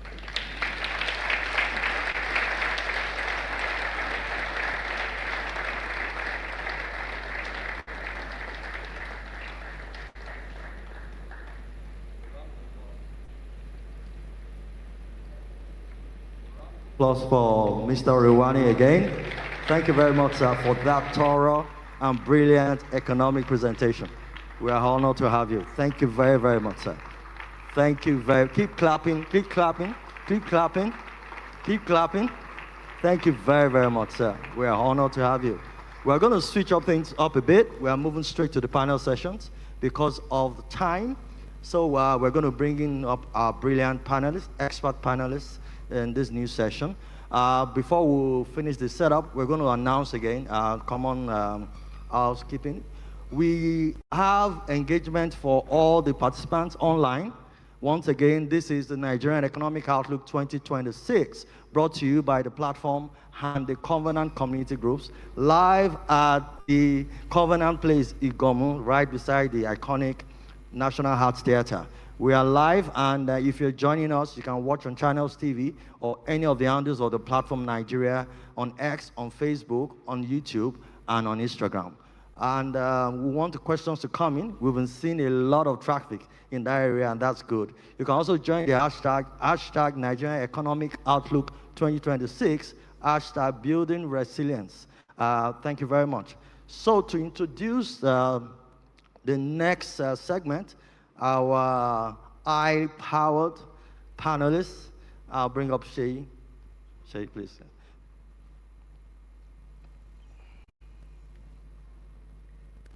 Thank you very much, Muiwa.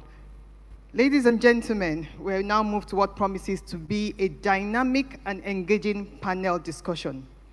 Our panelists represent diverse sectors and bring varied expertise across economics, finance, taxation, capital markets. And together, they would explore critical topics, including emerging business opportunities, tax reforms, AI integration, export and globalization, gender inclusion, and navigating macroeconomic reforms and corporate governance. To moderate this important conversation is a distinguished finance professional, a CFA charter holder, chartered accountant, and associate partner with EY, with over 17 years of expertise in corporate finance and transactions advisory. She's also the chairman of the board of the Covenant Community Groups. Please join me in welcoming our moderator, Mrs. Olayinka Oyetunji.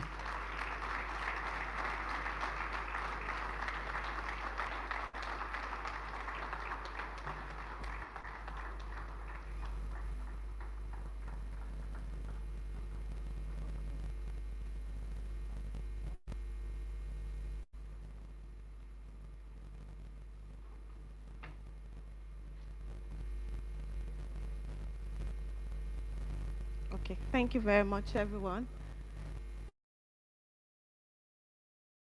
To all our distinguished guests, ladies and gentlemen, and thank you, sir, Mr. Austin Okere and Mr. Rewani, for the brilliant presentation. It's now time for our panel session. We have a panel session that is focused on Nigerian Economic Outlook, building with resilience, how businesses need to prepare. To unpack this session, we are privileged to have three outstanding experts bringing together deep macroeconomic, fiscal, and market perspectives. Our panelists bring a unique lens into how businesses can position in 2026 as they sit at the intersection of economic policy, market intelligence, and corporate strategy. So it's my pleasure to invite our first panelist, Ms. Chinwe Egwim, Chief Economist, World Economic Forum, Young Global Leader. Please let's give her a round of applause as she steps on the podium. Our second panelist is Mr. Ugodre Obichukwu, the founder and CEO of Nairametrics. Please let's give him a round of applause. The last but not the least is Mr. Yomi Olugbenro, partner and West Africa tax leader, Deloitte. Please let's give them a round of applause as they step on the podium.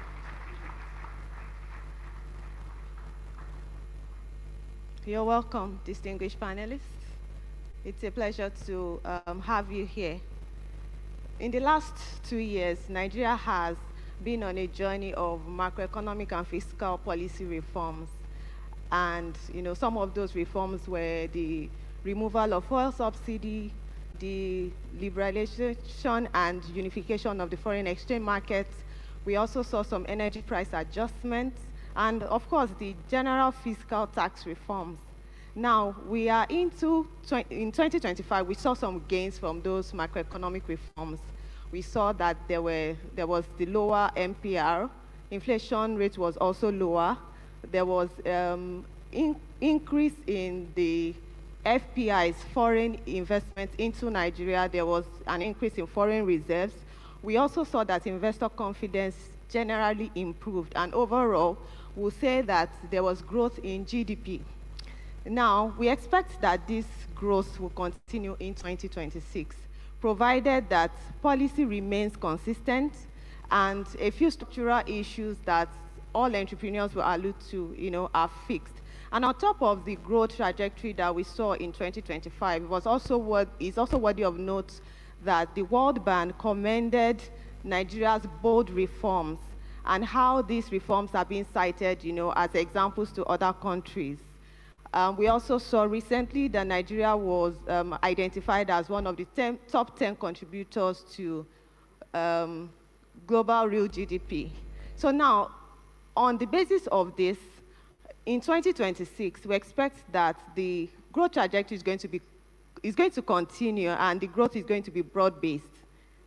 However, as entrepreneurs step into 2026, the question is, how does this macroeconomic reform and how do these reforms generally, how do they translate to entrepreneurs actually building resilient businesses? What are those things that entrepreneurs need to prepare for? As CEOs, what are the strategic decisions that they need to take, given the fact that they are all working through, an economy that is going through reforms? And that is what this panel session is about to unpack. By the end of this session, we want our entrepreneurs, our business leaders, our CEOs to have clarity on the actionable things that they need to do, on also having practical foresight on what needs to be done so that they can, take advantage of the reforms that are happening in this economy. And we're going to start by asking you questions. We would also take questions from the audience. So if you are the audience here or you are online and you have any questions, please feel free to scan the QR code to drop your questions and we'll take them. So I'm going to start my first question and I will drive it to Ms. Egwin. Ms. Egwin, my question is this. As a chief economist and based on macroeconomic context, should CEOs be thinking about recovery and expansion, or should they focus primarily on strengthening balance sheets and resilience? What do you think? Thank you so much. Can you hear me? Okay. First of all, thank you so much to the organizers for the invitation. And thank you so much to the keynote speakers because they did touch upon some of the things that I would be highlighting in this conversation. Your question is, do I think CEOs should focus on recovery, expansion, what's the third? And resilience. Okay. So 2026 is really a year that I would refer to as structured growth as opposed to fragile recovery. And Mr. Riwani in his presentation did share some views that I align with. Consensus forecast is really pointing towards mid 4% for GDP growth year on year. And if I open up my projection snapshot, you would see it in a scenario-based format. So that is what I would refer to as my base case scenario. But if we look into the optimistic, it probably would be higher. If we look into the pessimistic or the downturn view, it would be lower. So in a nutshell, my response to you is that CEOs should position for expansion, but with caution, okay? So we can't eliminate the possibility of macroeconomic shocks or disruptions. So yeah, that is my response. Thank you very much, Ms. Egwin. Please, can we give her a round of applause? So if what I hear you say is that CEOs should focus on expansion, but in a cautious manner. And I will then build on that and ask Mr. Obichukwu this question. that most times organizations building resilience, because she's talked about some of the volatilities that we should expect in the economy, and Mr. Ruweni also did that. But few actually operationalize it. So from your experience, what patterns are you seeing in companies that are actually coping best with volatility? What are they doing differently? So we are taking it from the fact that there is possibility for expansion, but what should we be doing differently as CEOs? All right. Can you all hear me? Okay. Good morning, everyone, and thanks for. Are we still in the morning? Afternoon. All right. Good afternoon, everyone, and thank you so much for having me. You know, I mean, I'm a CEO as well, so there's several CEOs here, and I'm sure you're all here because you want to be informed. And I think that would typically be the first thing that any CEO wants to do now, because you're in an economy that is rapidly changing. You're in an economy that is very well exposed to what is happening globally. And so there's just so many things going on that affect you in your business, and you may not even know it. So in terms of what companies are doing, to build resilience, I think I'll probably start from a cost perspective. A lot of companies need to be very cost conscious in 2026.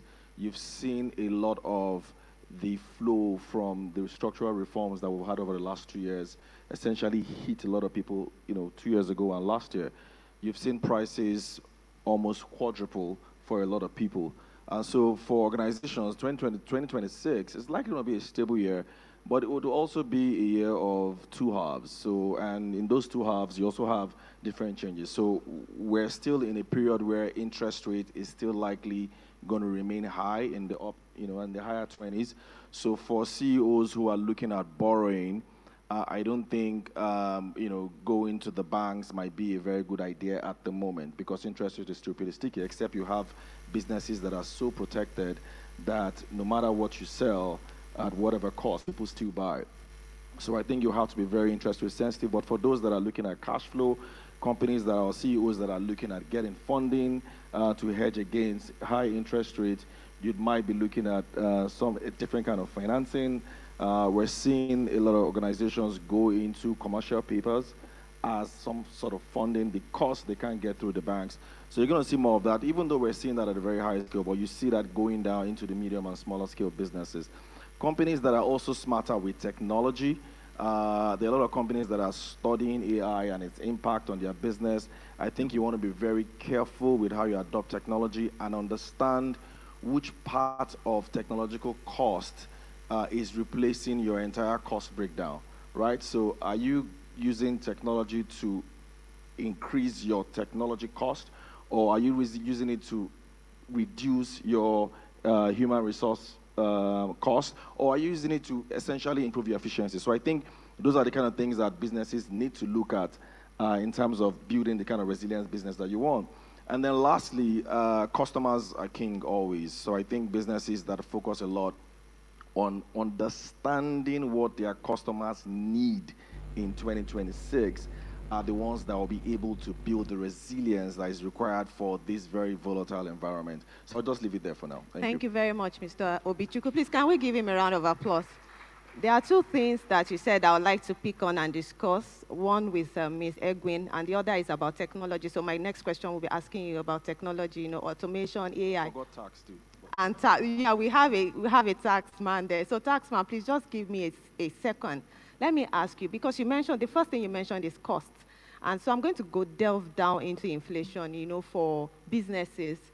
We saw that in when we started 2025, as at January, inflation was 24.2%. And by the end of December last year, 2025 was 15.15%. Now, the inflation reduction from 30-something that we had in 2024 prior years was because of the rebased GDP. So can you just briefly, unpack that methodology and what it means to CEOs? Because if a CEO has told us cost is what's, one of the things that you need to consider as a CEO, then inflation is something that we need to, just quickly unpack. If you can just talk about it in a minute, that would be good. In a minute? Okay, I'll try my best. Let me begin by saying, or let me begin by separating measurement from reality. So you are correct. There was what that did was for the trend or for the headline inflation to come down significantly. But over the past weeks, I have run a few first level or first layer estimates to try to project into what 2026 would look like. And I do anticipate high base effects on the back of what my numbers are showing me. Now, I'm not sure if that would sustain all the way to the end of the year, but I do expect that at least the first few months we're going to see an upward tick, just based on the statistics, okay? And I think what I would say to business leaders and CEOs is to maybe lean back a bit from the headline inflation figures and look at the month-on-month.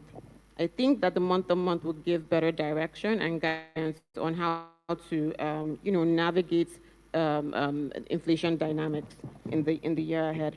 And I also believe that the core inflation should also be drilled into. And why am I saying this? Because the core inflation obviously has a separation from food inflation. And with this new methodology, the weighting on the food rate was reduced. However, it's still high. So there should be attention given to core inflation when making your cost application plans for your businesses. And I would say the most importantly, what I've been discussing with corporates is to consider creating your own consumption basket in your company. Because, inflation figures are extremely important, but we must understand that they're averages. And the basket is made up of specific items. So you need to look inwards or look within to understand what products actually influence your own expense profile, right? And maybe consider creating your own internal, what shall I call it, inflation or consumer confidence index within your firm. And obviously use that to monitor what the National Bureau of Statistics is releasing. So you said 1 minute. I think I've gone over it, yeah. All right, thank you very much. Please, a round of applause for that response. Okay, so Mr. Olugbenro, I'm sure tax is something that is on everybody's mind, and especially because some of those reforms would be implemented this year or have started to be implemented. So we know that taxation is going to play a critical role in Nigeria's economy and determine some of the outcomes that we'll have at the end of 2026. So how do you think businesses should, start rethinking tax planning, compliance, and corporate structuring in a way that they are able to build resilience in 2026? Yeah, thank you so much, and thank you to the organizer for the invite. If you listen to the first two speakers, BJ and the first speech from Mr. Okere, you keep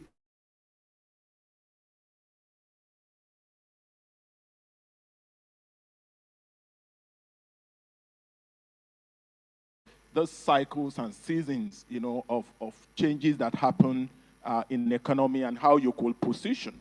Sometimes there are disruptions, sometimes there are opportunities.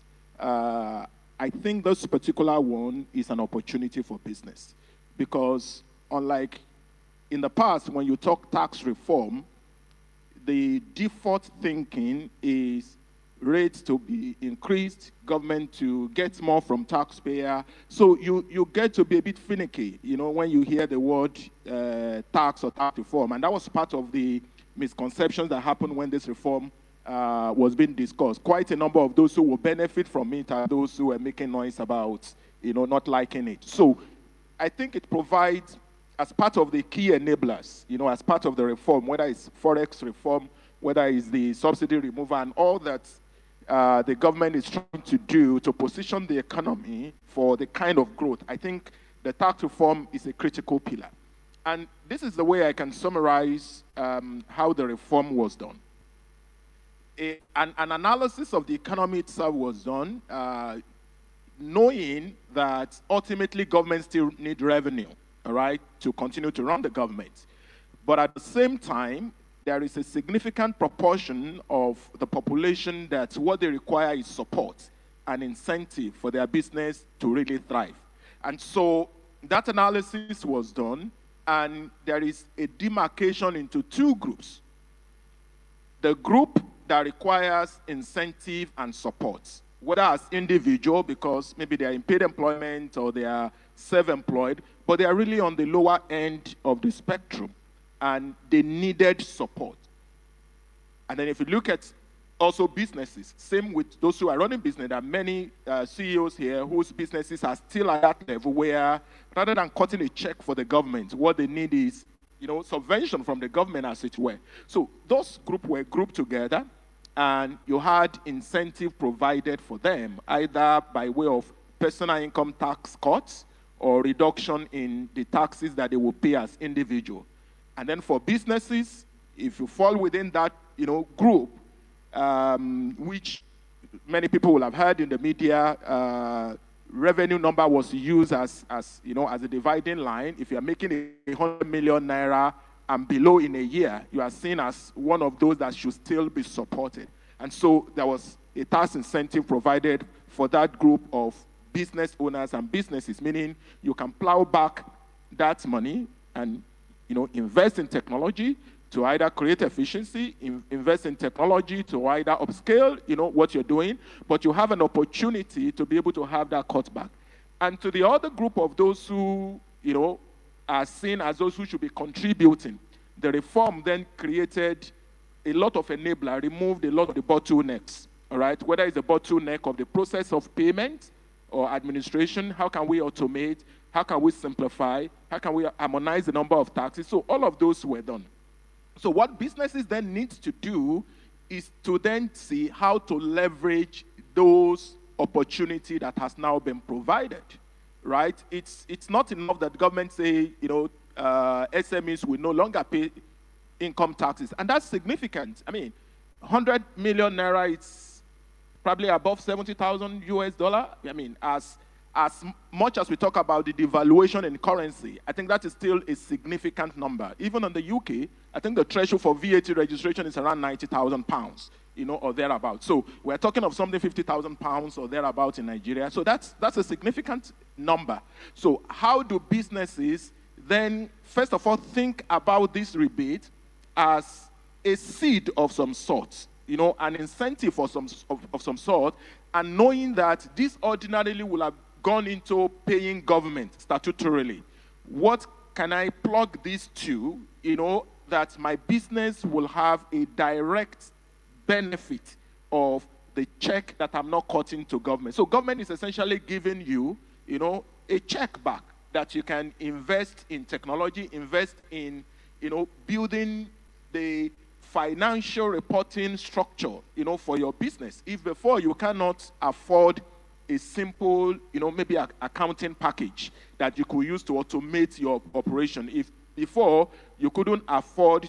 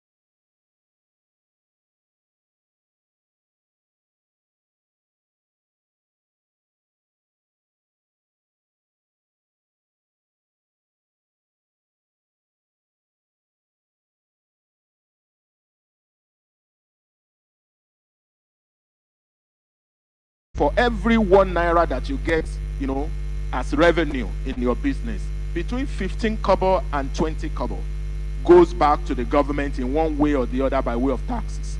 It may not necessarily be your direct company's income tax, but do the math. If 7.5% is VAT, of your top line, or employee taxes for those who are liable to pay taxes, and withholding taxes for your vendor, company's income tax for you, and go on and so forth.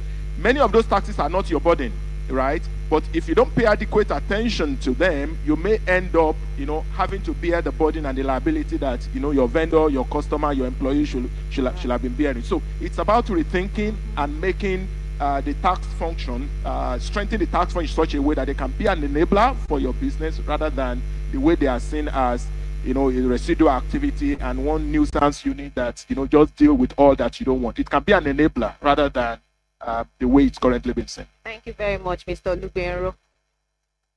Okay, so what I hear you say is that companies should use the opportunity of the tax rebate and plow back the rebate back into their business, look for ways to maybe automate, maybe get some accounting software so that they are able to reduce their costs eventually. That's what I hear you say.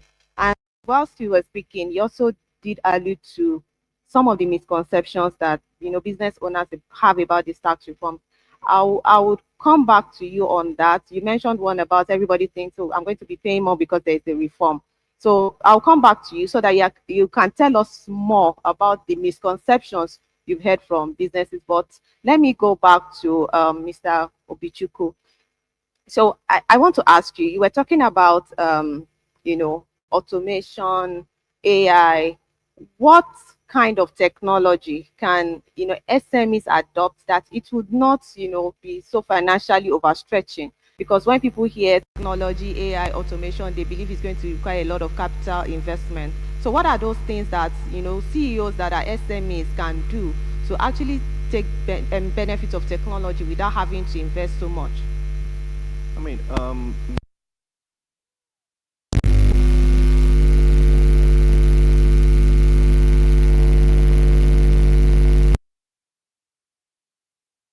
saying, okay, what kind of technology do you need in your business? I think what you need to look at is what aspect of your business today do you think is very inefficient? And it's not just inefficient, it's just expensive to run. So I'll give you an example. Let's assume you want to have reports regularly for maybe sales reports for your team, just so that you can even know how much revenue you're making and who your customers are, and you're finding it difficult to get that report. There's technology that can solve that for you at a very cheap cost. So that's the kind of technology you want to acquire. If the technology is even to just do your end of month and reports, financial reports, just to know whether you're profitable or not, or whether you're exposed to taxes or not, like you mentioned, there are software that can do that. Now, there's also software that can even help you. We're in a digital age where every business needs to be out there. So you're not in the business now where you just want to code yourself or hide yourself somewhere. So you want to take advantage of social media. You want to take advantage of digital media and all the benefit that comes with it. You probably don't have the skill set to design graphics or to design things. There are applications that can do these things very well now, and a lot of them are actually free online, especially if you're a business that doesn't require a lot of information. Of course, there's technology that can also help you with your manufacturing need, whether it is products that you manufacture that require some kind of tech. You can do that as well now. But the issue is also the cost of doing these things, and that's why I said at the end of the day, the businesses that we do very well this year are businesses that are able to identify their cost structures very well and understand the cost elements that they need to churn out, and the ones that are directly related to revenue growth. So if you have a cost element that you cannot align clearly to your top line, then that's the cost you want to just cut off completely from your entire business. So technology helps, but again, like I said, make sure that when you deploy technology in your business, at the end of the day, it's not increasing your cost, right? So any technology that you have, whether it's office tools or ChatGPT or whatever it is that you want to have in your business, if it does not lead, or you don't have a way of measuring productivity or output of that technology, then that's not the technology you want to have in your business. Thank you very much. I like what you said. Technology should not increase your cost. Please, let's give him a round of applause. Okay, so Ms. Egwim, I'm coming back to you, and I mean, we're in Nigeria, but we're not insulated from geopolitical shifts. And as businesses operating in Nigeria as well, whatever happens in the world actually affects us, transmits to us through macroeconomic indices. So, in your opinion, what are the global themes that you think would affect, CEOs in 2026, that would shape what we should expect in 2026, and how should we position? And in addition to that, what are the regulatory or policy developments that you think CEOs need to prepare for in 2026 to build resilience? Thanks. So you gave me a double barrel question. What I'm going to do is I'm going to share the themes that came out of a recent Outlook report that collated views from different chief economists that are under the World Economic Forum. And I think I'll share about 5 of them. So the first is geoeconomic fragmentation. The view is that would remain structural. So trade realignment is not temporary. And what does that mean for Nigerian CEOs? This really means that supply chain strategy needs to be at the forefront and not placed at the back burner. Diversification is no longer optional. It is now imperative. So firms must understand where demand corridors are shifting and where regulatory alignment matters more than just pricing. I think the second will be global growth, which we've touched upon during the keynote presentation, and also understanding that capital is becoming more selective as well. So growth is uneven across regions. That is not new. That is a trend we've been seeing for so long. Advanced economies growing in a sluggish rate, while emerging economies growing at a faster pace. And of course, Nigeria would fall under emerging. Capital is flowing towards jurisdictions, or expected to flow towards jurisdictions and companies or businesses that can demonstrate macro discipline, regulatory clarity, and institutional credibility as well. So for Nigerian CEOs, this should really reinforce the importance of governance, of FX discipline, transparent balance sheets as well. I think that the next one will be inflation. So expectations are a downward trend in inflation figures across different countries. Again, not uniformed. So inflation is gradually trending downwards, but central banks across these jurisdictions,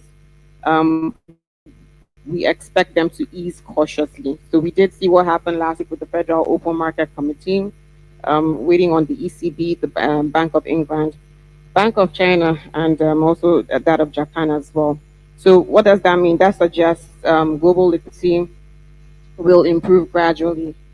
The other, which Ugo has mentioned already, is acceleration of artificial intelligence.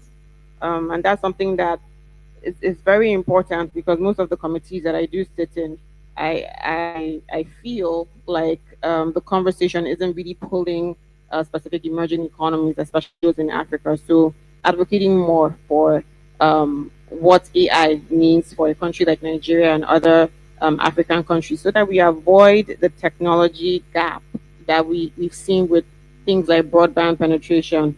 So I think those are the top 5 that I'll mention. And in a nutshell, I would just say that first, productivity should remain at the forefront. Firms that do adopt AI-enabled processes will definitely be able to widen their cost and efficiency advantages. Second would be infrastructure opportunity. There will be rising demand for energy, for digital infrastructure, and secure financial systems as well. And also workforce strategy. We need to start thinking of how to reskill given the emergence of AI. The next question was around policies. Okay. The first, well, it's one of my favorite indicators, the monetary policy. So that's something I would advise business leaders to keep watching. Of course, the current body language of the committee members is still that of inflation targeting, and the decisions are data dependent. So let's see how the next few inflation figures, read. That would impact the decision around what the policy rate would look like. But personally, I actually feel like the committee will remain its cautious stance. Easing will not come as quickly as reflected in Mr. Iwani's presentation. On the back of monetary policy and just FX policy continuation or consistency, I would say that CEOs should watch their liquidity management signals from the CBN, should watch FX market functioning under the NAFEM. And I have a thought on FX, sorry.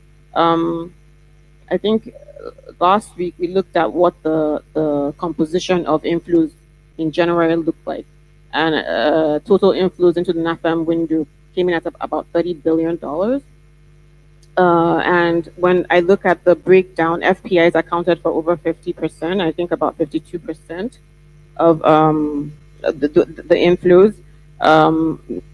Non-oil exporters came in second, I believe, non-bank corporates and the CBN as well. But I'm highlighting this because that component of over 50% means that the exchange rate is still sensitive to mobile money, so hot money.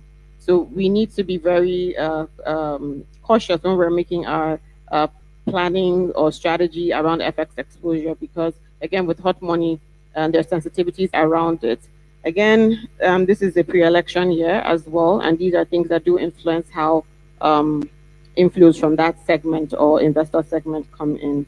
Other policies or reforms I believe should be at the forefront would be around energy and power sector because of how important those feed into business operational costs.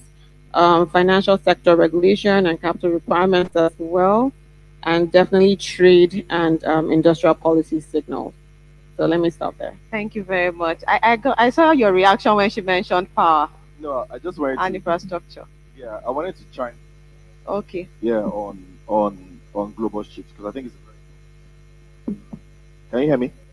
Okay, I think it's a very important subject. So, I agreed everything she said, but just to put some perspective as well. So, as CEOs here, very important that we understand we're in a very, very new world and things are moving really fast, and we all need to understand what's going on. So, first of all, there is a jostle for global power. Some call it tripolar a world where you have Europe, you have US, you have China. Now that has potential impact on us here because as US is trying to dislocate from whether Europe or China, these countries are obviously going to be looking for new markets. And I'm sure a lot of you are not surprised that you're seeing mega malls being built now in Nigeria where you're seeing a lot of very cheap products being sold. So these things affect your businesses, whether you like it or not. So if you're exposed to that sector, you need to be very worried. Oil is also another important thing that you need to pay attention to because of what the US or what Trump is trying to do with Iran. So this could have potential impacts on crude oil prices. You saw Mr. Magurani's presentation where he said crude oil prices could be around $58, $62. Now, you have to also look at that vis-a-vis what our crude oil price benchmark is for the 2026 budget. So if you're a CEO here and you're not tracking this, like they say in Afrobeat, you're the long thing. So you have to track that very well. Then, of course, Ukraine and Russia, that's another key area. I'm sorry I'm passionate about this because I think as a CEO, it affects me a lot. So Ukraine, Russia is another area that you need to pay attention to because of what it means for food globally. What that war cost a few years ago, a lot of us are still getting out of it. So whether they solve that issue depends on how Trump feels and whether he's able to assuage Putin. So that could also potentially have an effect on crude oil prices. Also pay attention to climate change. We're in Lagos here, everybody is normal. You people haven't seen Hamatan since December. You think everything is okay. It's not okay for me. I don't know why that is happening, but climate change is obviously a problem. Some of the things I heard as well is that a lot of people who have been trying to ship things from the US into Nigeria, they face a lot of delays. That thing is not normal. It's also because of the heavy snow that they've had in the US. So that is something that CEOs need to pay attention to as you plan for the year. And of course, for those in the monetary side, the US Fed, a lot of people were expecting the US to cut rates, right? Because that has potential impact on everything that we do here in Nigeria. So if the US cut rates aggressively like Donald Trump wants, then the impression that we get is that could feed up on Nigeria, because you could then start to see a lot of foreign inflow into the country, and that could perhaps strengthen the exchange rate and get us to where maybe Bismarck put up there, which is about 128, which I really doubt, but I mean, who knows, right? So, and then pay attention as well to what is happening in the financial services world as well. We're seeing cryptocurrency tank. Everybody's a little worried because the crypto enthusiasts always thought crypto was some kind of hedge against any global shift or any global shake. But it appears that thinking is no longer there, and people rather are shifting more to commodities. So for those who may have bought gold maybe 2 years ago, a lot of them are probably smiling right now. So these are sort of things that you want to also start to pay attention to if you're a CEO, just the way Chinwe had also explained it. Thank you very much. Thank you. Please, a round of applause for him. So I'm going to pick from some of the things you said. As CEOs, you've mentioned a lot of things that we need to, pay attention to. And I will just look at it from us being competitive as a country, as CEOs. How do we produce competitively? One of it is, structural issues that we have, poor logistics, power challenges. Another thing that is key is cost of funding, which also affects our cost of production. And you mentioned it in your first speech. Now, MPR is currently 27%, and average interest rates is 30%, at least 30% and above. That is not competitive, for businesses to be able to borrow and produce in a sustainable manner. So, in your opinion, what kind of reforms have to happen for businesses, especially maybe sectors that are very important, to be able to access funding in a cheaper manner? What do you think? I'll respond to that question. But first of all, I think there's nothing wrong. So funding or interest rates sometimes can be a bit confusing. So when we not good for borrowing, it's important to mention that it's usually not, it's particularly focused at businesses that need long-term finance.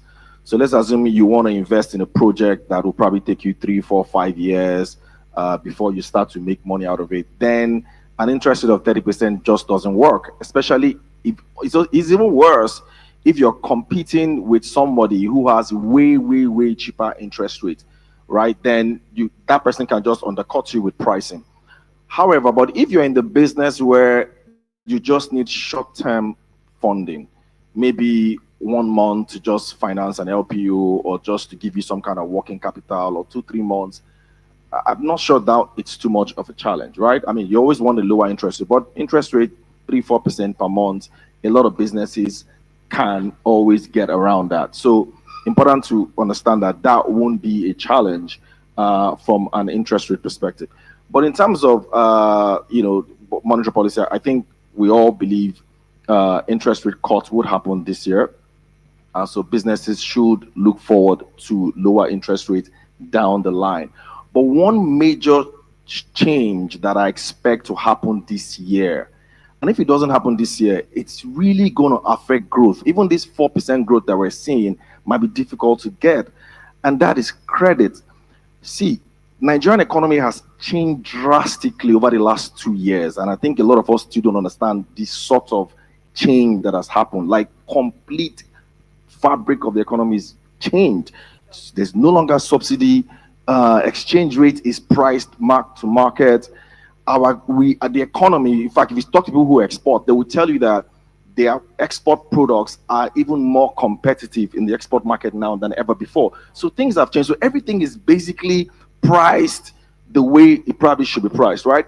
So what tends to happen in economics, in economies like that, is credit now comes in. So in the West, whether it's the US or UK or Europe or wherever, they're able to survive at the sort of market-driven economy that they have because they all have access to one form of consumer credit. So it's either you have credit to pay for your school, or you have credit to buy a car. Nobody buys car, with the full amount of money. You just, pay over a period of time. You have credit for nearly everything. So personally, I always think the next phase, the next jolt the economy needs is consumer credit. And there are a number of things that the current government is doing around that, but it's still scary to find out. I just found out recently as well that today, something as important as the credit bureau, right, which is one of those pillars that you need to have a very solid consumer economy. Creditors or lenders, for example, if I lend money to Chinwe and Chinwe pays back, this is what I heard. Someone told me this, somebody in this industry, and Chinwe pays me back. I will not report Chinwe in the credit bureau as somebody who pays. Why? Because I don't want the next banker or the next lender to know that this person has a very good credit rating. Because if he knows he has a very good rating, then they'll go and lend to her. Now, it will shock you to know that it's also the same for reverse. So if she has a bad credit, I would also not register her in the credit bureau. Because if I register her in the credit bureau, then he won't know that she has a bad credit, because I want him to lend to her so that he also take loss. So it's just, that's what I was saying, and I'm like, this is wild. Meanwhile, the credit bureau, the whole idea of the credit bureau is you want to see everyone's credit in a register, because that it's a moral disciplinary factor itself, right? Because once you know that you have very poor credit rating, then you know that you can never tap finance in any economy. So while some of these reforms exist, human nature, the Nigerian nature still kicks in. But personally, I do think that structurally what needs to change is consumer credit. If we don't have that in the economy this year, at most 2027, it's going to be a very, very, very, very rough 2028, 2029 for a lot of Nigerians. Let's not make mistakes about it. The reforms are great, but people are really in abject poverty. And the only way you can get them out is through some kind of credit. Thank you. Thank you very much, Mr. Olugbenro. So let's start with the, some of the misconceptions that you've seen. You mentioned one briefly. If you could just tell us a few more, and then I'll ask you, my second question. Right. So I started off with the misconception of people not understanding, what the reform is all about. And I think that was a very fundamental misconception, because at the time when people needed to contribute to what more needed to change, what more needed to be reformed, people were talking about, this is not the time to talk about tax, because they totally misunderstood what it was all about. And then we got over that. Now, I think some of the other misconceptions we've had, so when we talk about the rebate for business, for example, I think there's a lot of misunderstanding about who benefits, right? Or what type of business is it for? Depending on how you structured your business. If you are running a business that is registered, let's say, for example, as a business name or an enterprise, legally, you do not have a separate legal entity. You are essentially trading in that name. So it's you carrying on business. The kind of tax status that you will bear, or the benefit you will enjoy, or the exposure you will have, will be provision relating to taxation of individuals. And I think it's very important.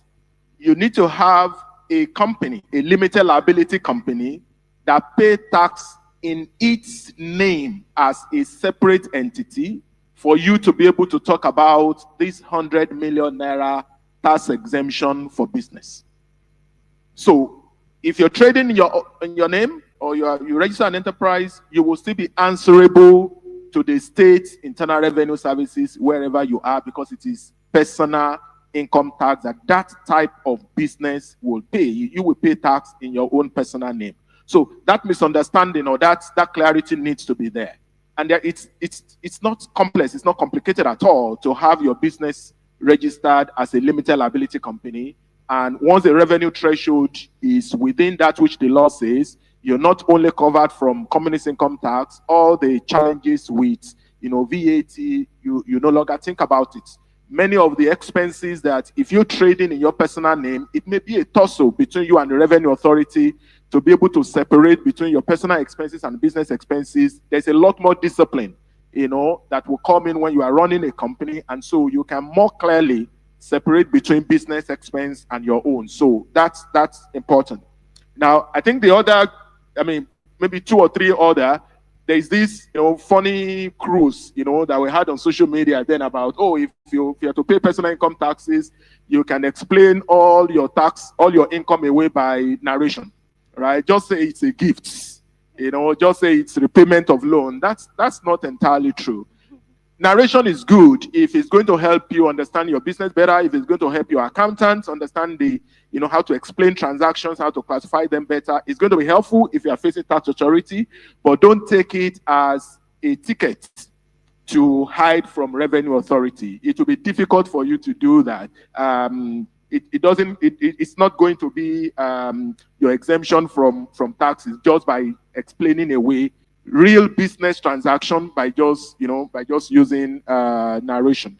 The other is that even though there are exemptions for business, when you are running business, you need to understand what are the various obligations that I have and which one does the exemption cover, right? If you are running a business and you are within revenue threshold, yes, you have income tax exemption. Yes, you're no longer required to do VAT, but your employees, for example, they need to be below the threshold that is exempt for tax for them to be tax-free. Otherwise, you have that obligation, right? If you are relating with vendors and with service provider, and there is need for you to withhold, and pay to the revenue authority so that it doesn't become your liability, you need to be mindful of it.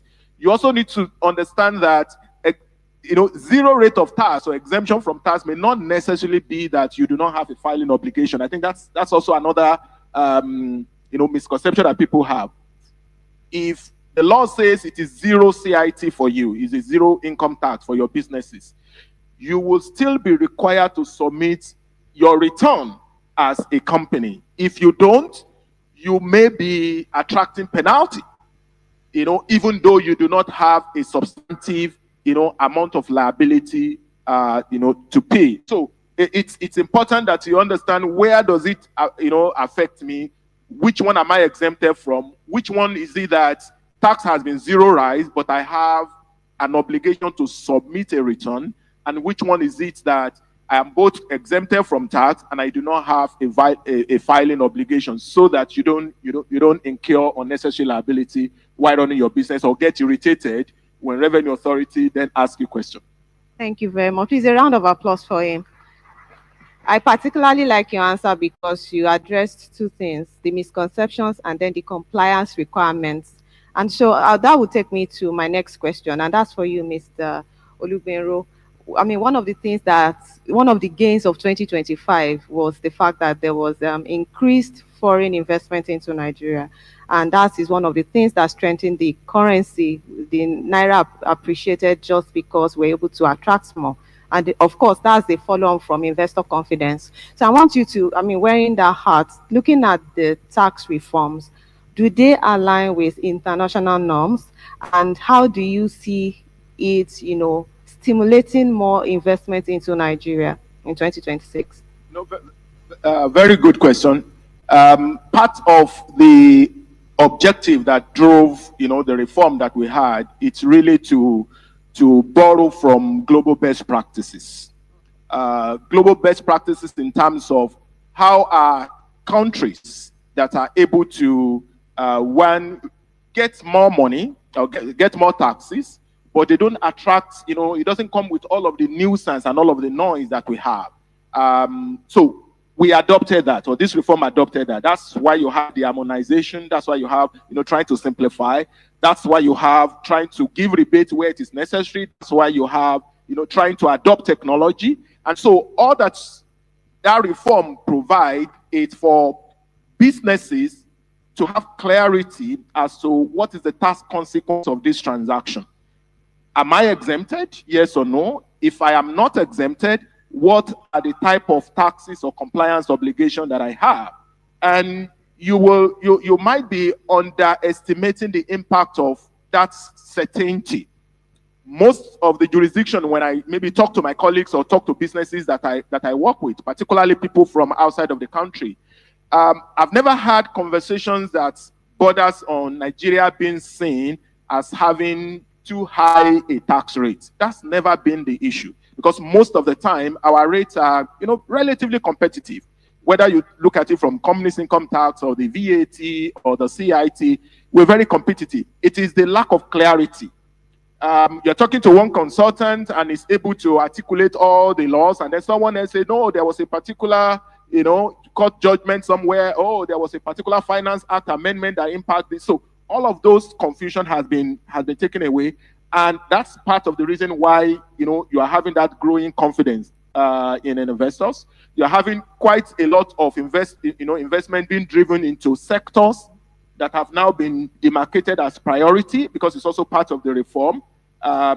Manufacturing, for example, and quite a lot of activities that government had already considered to be critical to the growth also have exemptions and incentives. And so the ability of anyone who is intending to commit funds to the market to have medium to long-term certainty as to what will be the consequence of this business in Nigeria, we believe will continue to instill confidence, and we expect to see a lot more flow of funds, not just short-term, but people committing to long-term projects in the country. Thank you very much, and that's good to know. Please, a round of applause for him. We are going to be closing off this session soon because of time constraints, and I'll soon be taking your closing remarks.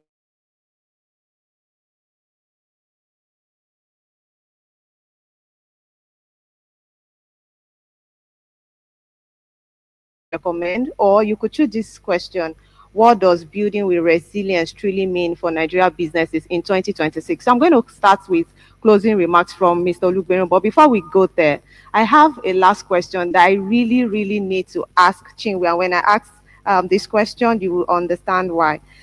So from research shows that companies with diverse leadership outperform their peers, yet you find women not well represented on C-suites and boards across businesses. So in your opinion, is gender inclusion, is it an issue of it's a cost center, or is it a resilience strategy? That's one. And what do you think can be done to actually practical steps to encourage gender diversity and inclusion in businesses? Thank you. Thank you for that question.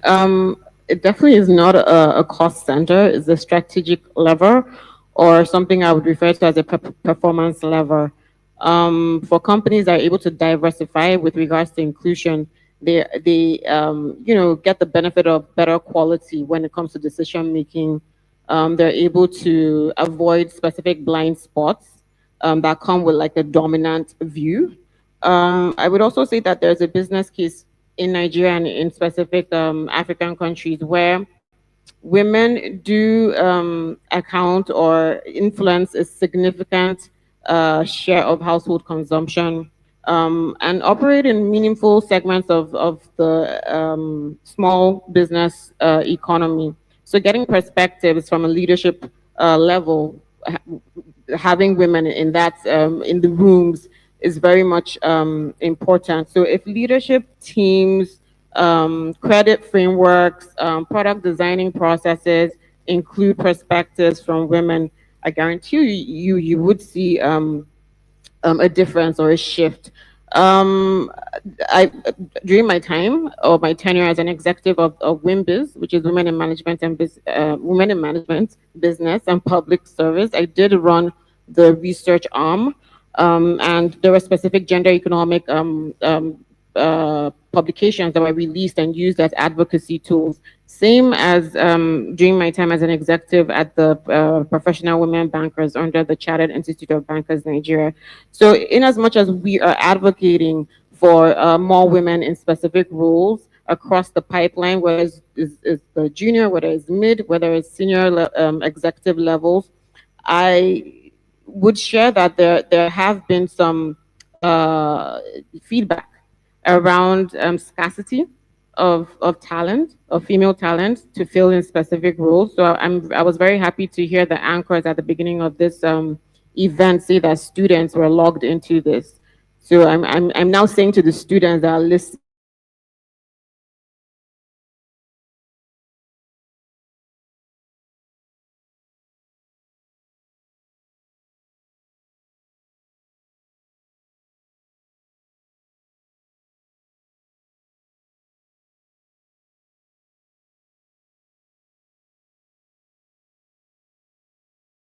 would see this.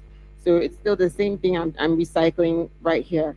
I would say one, make it measurable because there's still debates where business leaders feel like this is just a dialogue, right?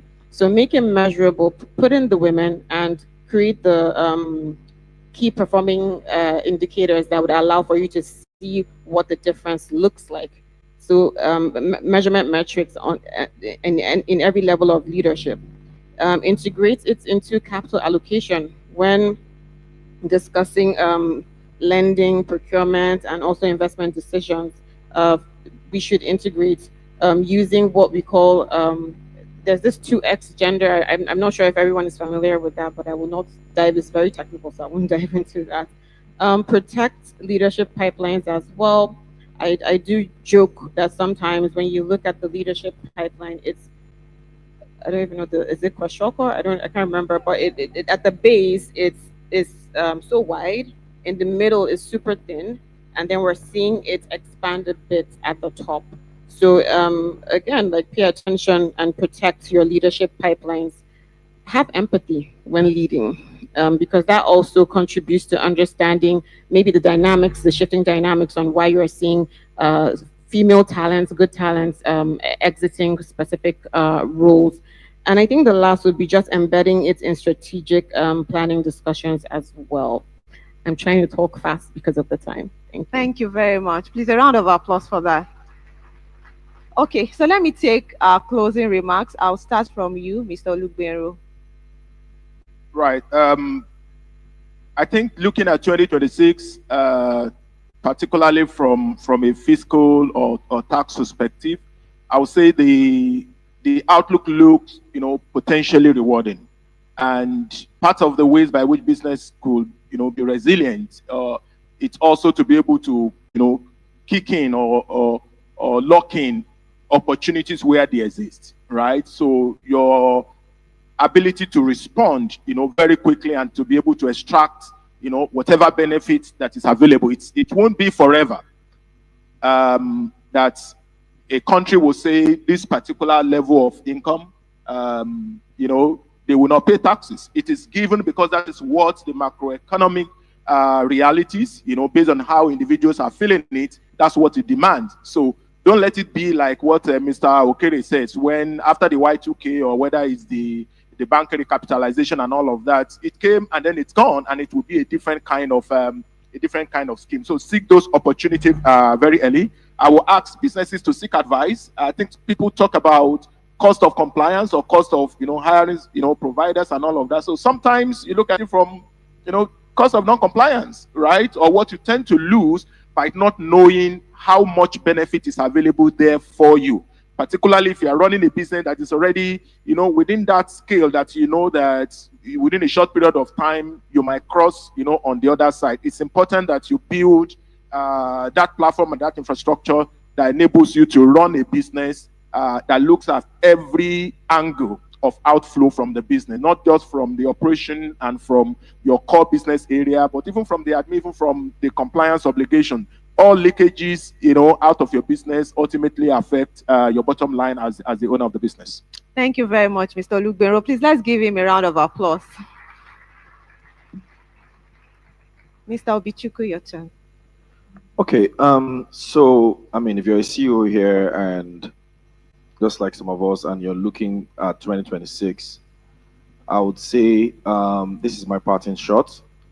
One, there are opportunities amidst challenges. I think Austin Okere mentioned that. That thing is not a joke, it's real. A typical example, 3 years ago or so, we had that cash crunch where people couldn't access cash. was very difficult because of that cash policy. Who won? Money Point, isn't it? OPE. So whenever there are challenges, always look for opportunities. One of the biggest challenges most SMEs will have now is compliance, taxes. Everybody's worried about taxes. So if you're an accountant here and you've been suffering for years, it's not anybody's. You see, the opportunity is now on your hand. So it's up to you to seize that opportunity. Another thing I want to put forward is early movers. It's very important that you're an early mover and whatever industry that you find yourself in. When I say early mover, I'm not saying the first to take a loss. So timing is also very important, but early movers make sense. A typical example is interest rate. You've heard what the presentation have just depicted. Interest rate is likely to go down towards the end of this year. So what does it then mean? Isn't it better for you if you have loose cash to fix that money early and not then? So take advantage of cyclical opportunities when they pop up. Cost containment, I mentioned that already, so I'm not going to repeat that. And the other one is stakeholder management. When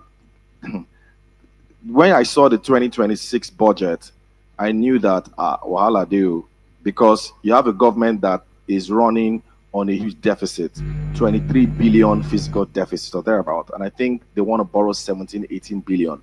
So what that means is that there's a gaping tax hole. There's a gaping hole that tax needs to fix. And so it is now more important that you engage all the stakeholders that affect your business. That's really the job of the CEO. So if it's not priority on your list, you want to put it as priority, stakeholder management. Ask yourself, who are the stakeholders in my business? External stakeholders, that is, not just internal. So external stakeholders, including even the house opposite you, is a stakeholder in your business. Take that seriously. And then lastly, diversification. We're no longer in a business where we're no longer in an era where you just want to be on one business. You saw us going from one to the other, essentially diversifying. So you want to diversify your business. Either you're diversifying in terms of geography, or you're diversifying in terms of product. But treat that as a priority in 2026. That was my parting shot. Thank you very much. Thank you very much. A round of applause for him. And the last but not the least, Ms. Egwim, can we have your closing remarks? Okay, I would say operate with disciplined ambition. 2026 is not a year for hesitation. There are opportunities, growth opportunities across select segments, sectors. But let me touch on macro conditions. Number one would be that inflation may moderate, but not in a straight line. The second is that the FX market may be more stable. I'm intentional with my words. I'm saying me, but not immune to short-term swings. Global capital is available, as I said earlier, but it's very much selective now. Technology is accelerating and productivity gaps are widening. So the CEOs, the business leaders who outperform will not be the most aggressive, and they will not be the most defensive. They will be the most intentional in this year. Thank you very much. A round of applause for her for that. Okay, so to summarize and to close this panel session, I would say that our discussion has shown that resilience is no longer defensive, it's a competitive strategy. In 2026, resilience is not an option, but a strategic requirement for businesses that want to succeed. The businesses that will win in 2026 are not those waiting for stability. Stability is gone.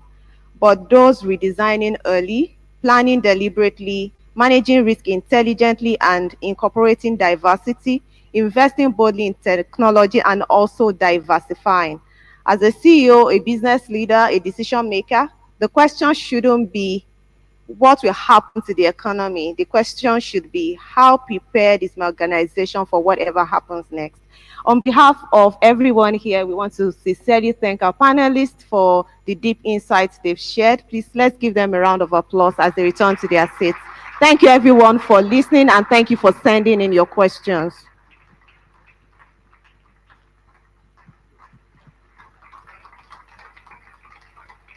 We grow together, we heal together, hand in hand through every season. Covenant community group. One faith, one heart, one family. Thank you very much. Thank you very much. Our panelists in the order they sat down. I would like to thank the moderator, Mrs. Olayinka Olatunji, CFA and financial advocate, chartered accountant, and asset partner at EY.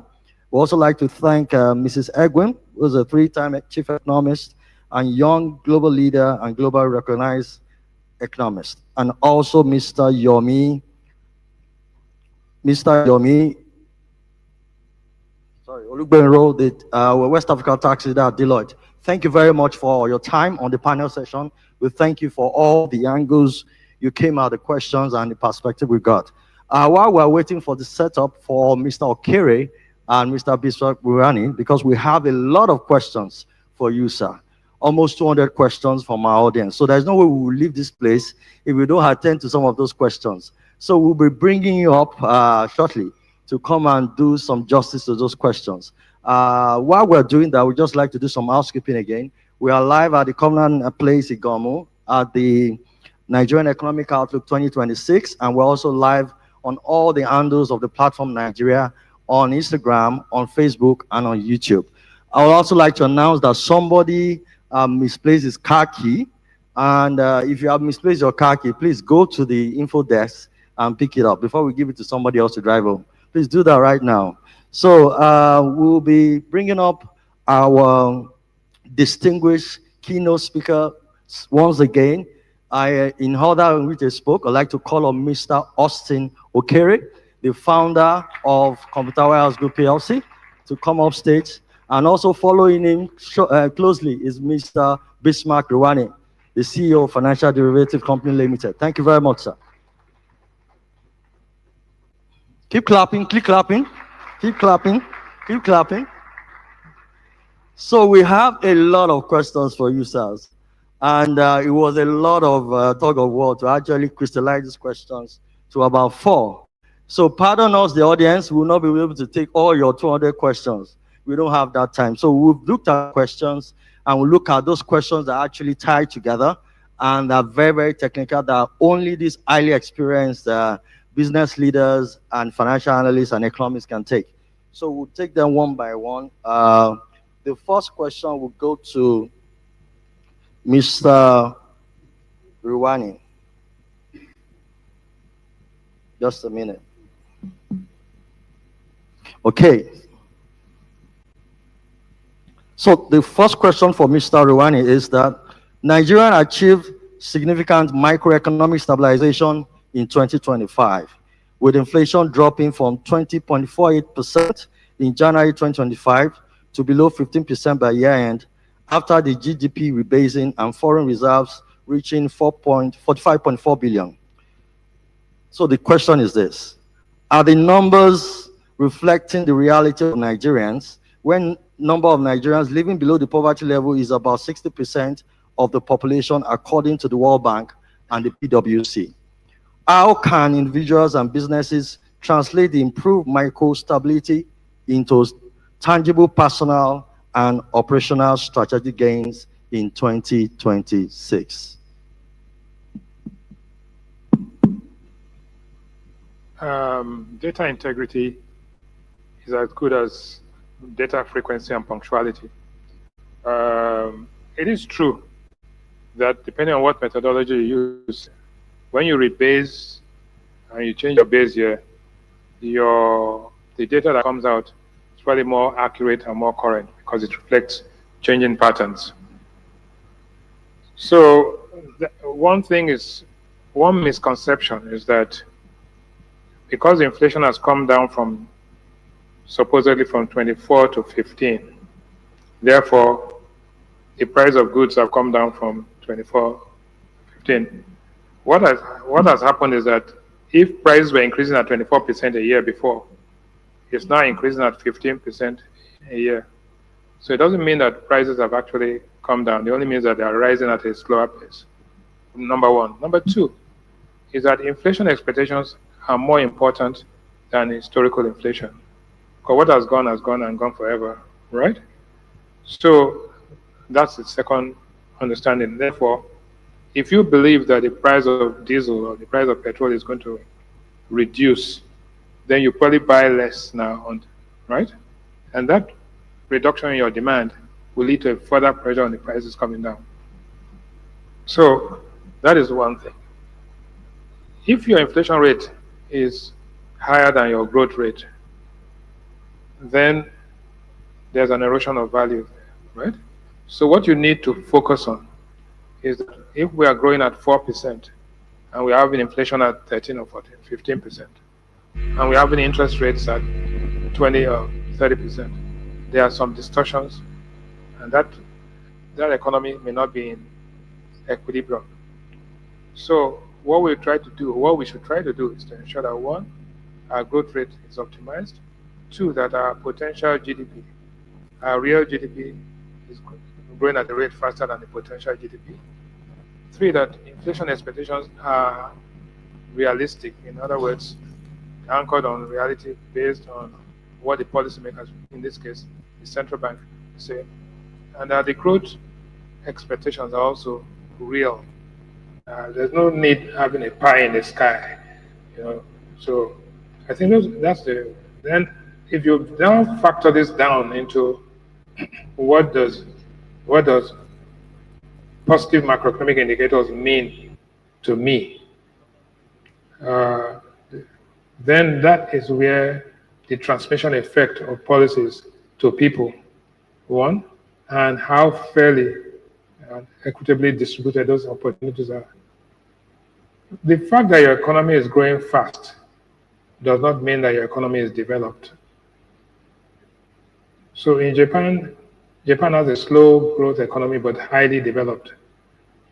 And therefore, you should pursue a development strategy, right? Which underpins and gives you growth over a period of time.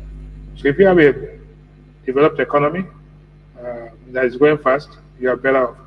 But if you have an economy like in DRC or so, where you have fast growth, let us take examples, post-conflict economies in Rwanda and all these other countries have high growth rates because as the side effect or the knock-on effect of the reconstruction, development, and others. So what I'm trying to say is that we should be looking at our growth rate, looking at our development state, looking at how efficient the transmission mechanism is, and therefore you don't have pockets of massive inequalities. And I think the question also addressed that. And if you look at countries that have had high growth rates and high income inequality, the side effect of that is violence, kidnap and ransom, and other things. So you take Mexico, for example, you take South Africa, and those be two, Nigeria, where the income inequality is high. Also, the level of violence and dissatisfaction is high. So you must deal with it, one, ensuring growth, two, development state, three, equitable distribution of income, fairness. And part of the four canons of taxation, which was espoused by Adam Smith 250 years ago, was about certainty.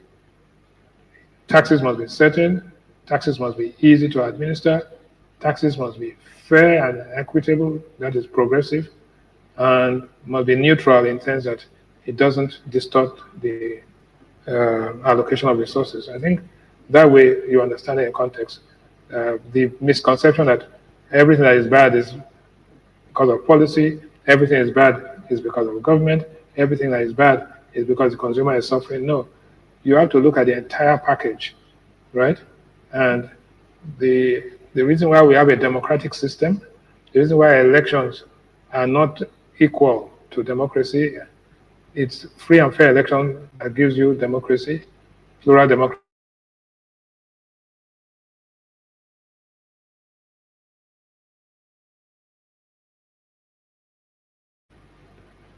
Efficient transmission mechanism so that everybody comes together.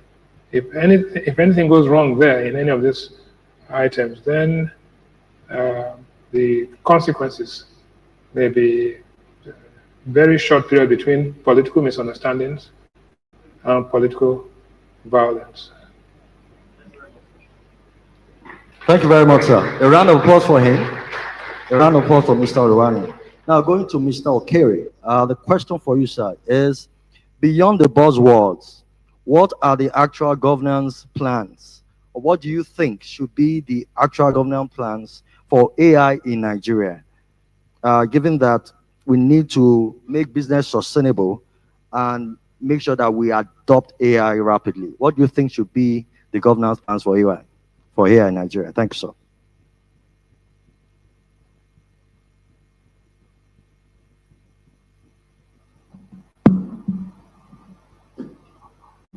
Okay, yeah, there are a lot of buzzwords around AI, isn't it?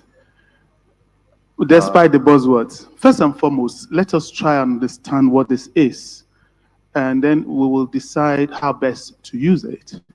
So, when you look at large language models, they recognize patterns and they are consistently learning from big data. Big data is everything that has been so far published. You have the algorithms that can take that big data and structure it. So if I say Merry, what is likely to come after that? Christmas. If I say Happy New, what is likely to come? All of you are AI. That's how it works. It just looks at what has been written since time began. So the first one we did is a uni.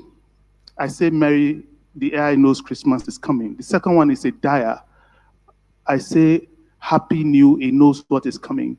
But the AI has learned so much that if you tell the AI 23,000 things, it knows what comes later, the next one. That's why it can write a story for you. That's why it can make a movie for you, because all the knowledge that is available today, it has looked at the patterns and can map it. That's the first thing. The second thing is, what are the types of AI? So the first type is algorithmic. Many of you, when you're coming here, you used Google Maps. So that's one line of AI. It uses calculations to tell you a result. Then there's a second school of AI, which is neural. A neural AI is trying to mimic human behavior. For instance, self-driving cars. But when you are driving, you see a curb. The artificial intelligence is trying to educate himself the way you behave to also see that there's a curb, or that's a person and that is a goat. So if I need to hit one because of exigency, which should I hit? The AI sees two objects. Don't be surprised, it may just hit the person rather than the goat. The neural AI is where a lot of money is going into. The algorithmic AI is where you have predictability. You know that the answer is correct. Now, the neural AI is also based on data which you feed to it. And that data, it can be biased. If you keep feeding the AI the word criminal, and you keep showing it African or black faces, as far as it's concerned, that is the pattern. If you show the AI pictures of farming, flies in people's faces, kwashoko, and so on, as you always see on CNN whenever they mention Africa, as far as AI is concerned, that's the depiction of Africa. So now we understand. How do we want to use it?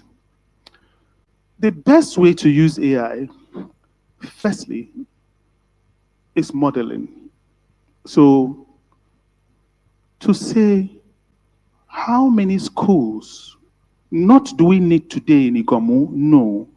We've been needing in 25 years in Igomu, that's modeling, based on all the indicators, social, macroeconomic, and so on and so forth. How many hospitals do we need? Policemen do we need? First. Secondly, you want to probably do is to use AI to improve upon something. So you write a mail, but that mail is going international, and you are like, the idea is there, but just the syntax. You put it through ChatGPT and it will give you a refined version of that mail. And usually it's much better than the one which you wrote because it's referencing Charles Dickens, it's referencing Shakespeare. I don't know which Chinese writers are there. Therefore, it's going to be better. The way not to use AI is to give your brain to AI. In other words, to not to think at all. And that's what the companies that write these AI systems, Anthropic, ChatGPT, OpenAI, they're saying you can use it to generate that and the other one. You can even use it as agentic to book your flight and so on. Problem being what? You go, Bismarck talked about economics and so on. I could come and give Bismarck's speech, but I don't know anything about it. I just say I'm going to Gomu to talk about economics. This is the audience. Generate something for me. Generates beautiful PowerPoint. I present the PowerPoint. Fantastic. Everybody claps. Oh yeah, Austin, sit down. Let's ask you a question. That's not the way to use AI, but that's the way many of us are using AI. And many of us are also using AI for physical enhancements. So you go on to social media, you want to befriend X or Y. Please do not believe the picture you see. Because when you see the person in person, it's like night and day. If we do not have fresh inputs for AI, then AI's learning is no longer going to be exponential. It's just going to be arithmetic. But the sad part is that we will become dumber and dumber. A round of applause for Mr. Austin Okere, very brilliant. So we now know how to use AI properly. The next question, and the last from Mr. Ruwani, is what are the 2026 economic stress test results? And which key sectors will drive growth beyond standard GDP figures for Nigeria in 2026? I guess our audience wants to know the areas they should maximize their opportunities at looking at for 2026. Yes, I try to differentiate between predictions and projections. I'm not a lab or somebody who tells you. I can also tell you that it will rain in July, which is obvious, or that the Pope is Catholic. Now, what we want to say is that there are about 3 or 4 possible underlying assumptions to drive the Nigerian economy. Because 1, Nigerian economy is export commodity dependent. 2, the Nigerian economy is also dependent on foreign portfolio investments to a larger extent and foreign direct investment to a lesser extent. 3 is that the Nigerian power sector remains constrained and some things have to happen. And 4 is that Nigeria continues to have a food, hunger, poverty gap. So depending on which policies and which exogenous factors could address any of these things will lead to a different outcome. So if you sit down and you plan that this is what is going to happen based on some assumptions, and those assumptions change, then the outcome will change. So the Robert Knight in 1921 talked about the Knightian uncertainty, which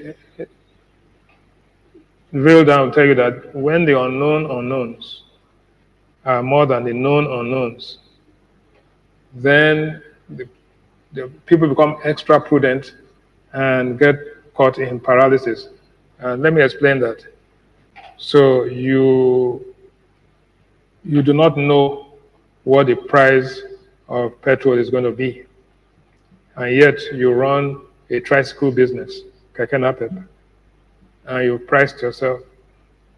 Now all of a sudden, the price of petrol moves down sharply. I saw a client at an event, and he said he had just lifted so many tankers of petrol from the refinery. The tankers had hardly left the Okere expressway, and the price of petrol crashed. And he, by his own estimation, lost about 7 billion naira that day. So he told me that. I said, oh, what a shame. I said, but what of the times when you lifted petrol and on the way the price went up, you didn't complain and you didn't say that you gained so much. So that is the uncertainty factor that you have to build into your scenarios. So, but if you look at the different variables,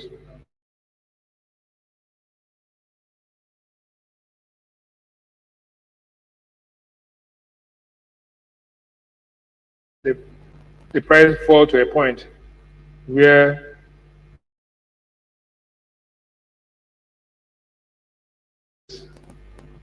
and that's what's happening to the people that are growing maize today and sorghum.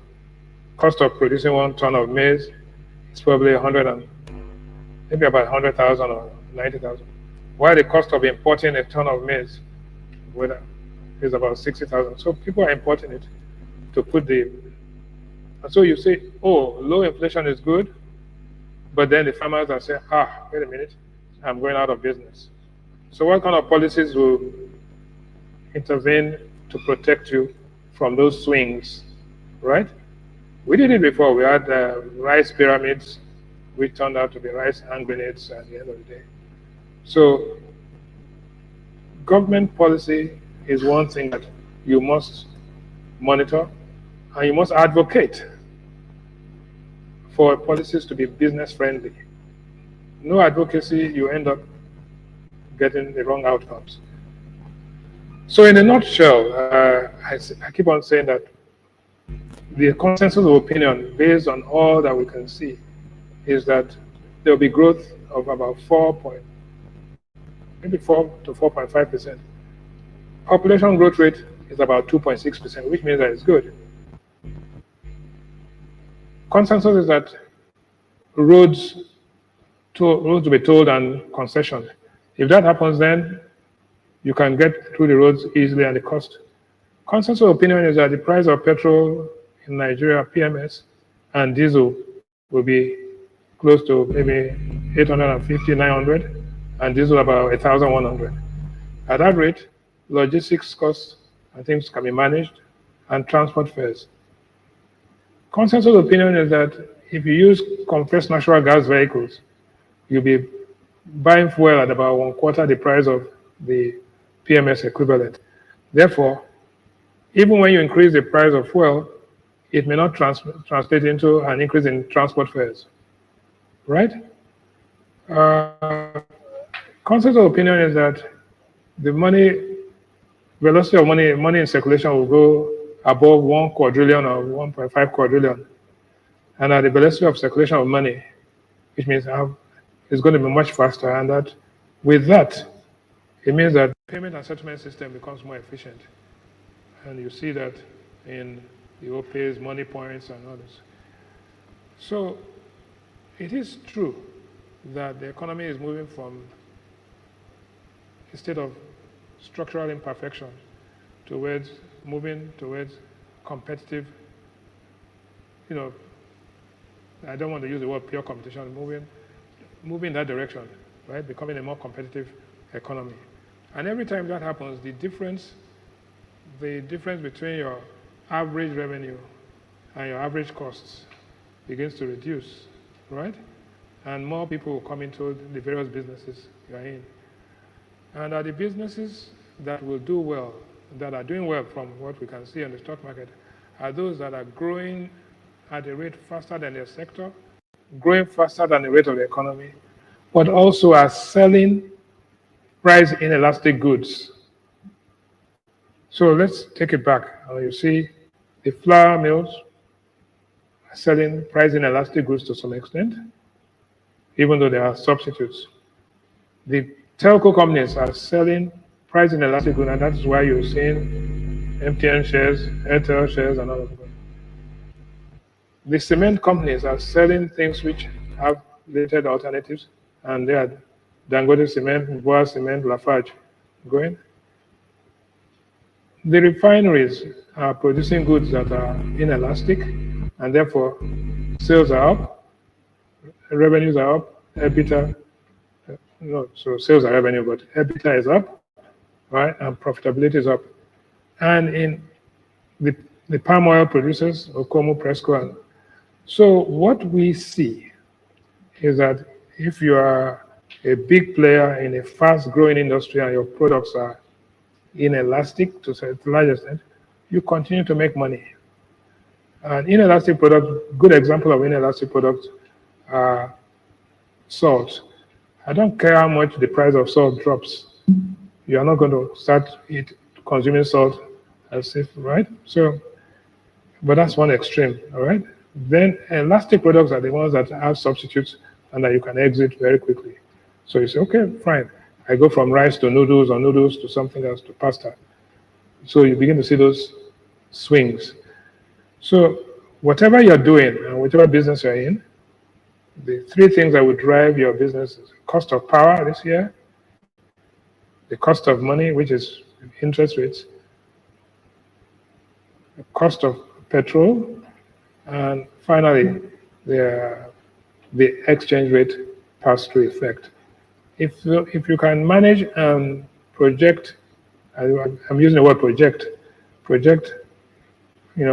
efficiently, you are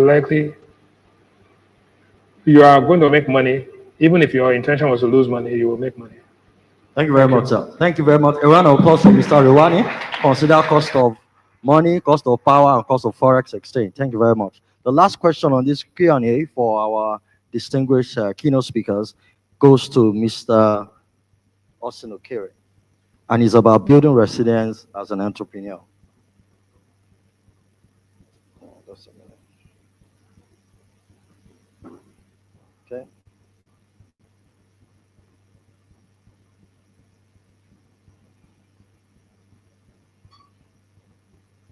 Research shows that over 9.5% of Nigerian SMEs fail within the first 5 years, and family businesses often struggle to survive the transition to second-generation leadership. What are the most common governance failures you have observed, sir? And how can business owners begin to address these failures, and even while they are still actively running their companies? Thank you, sir. I think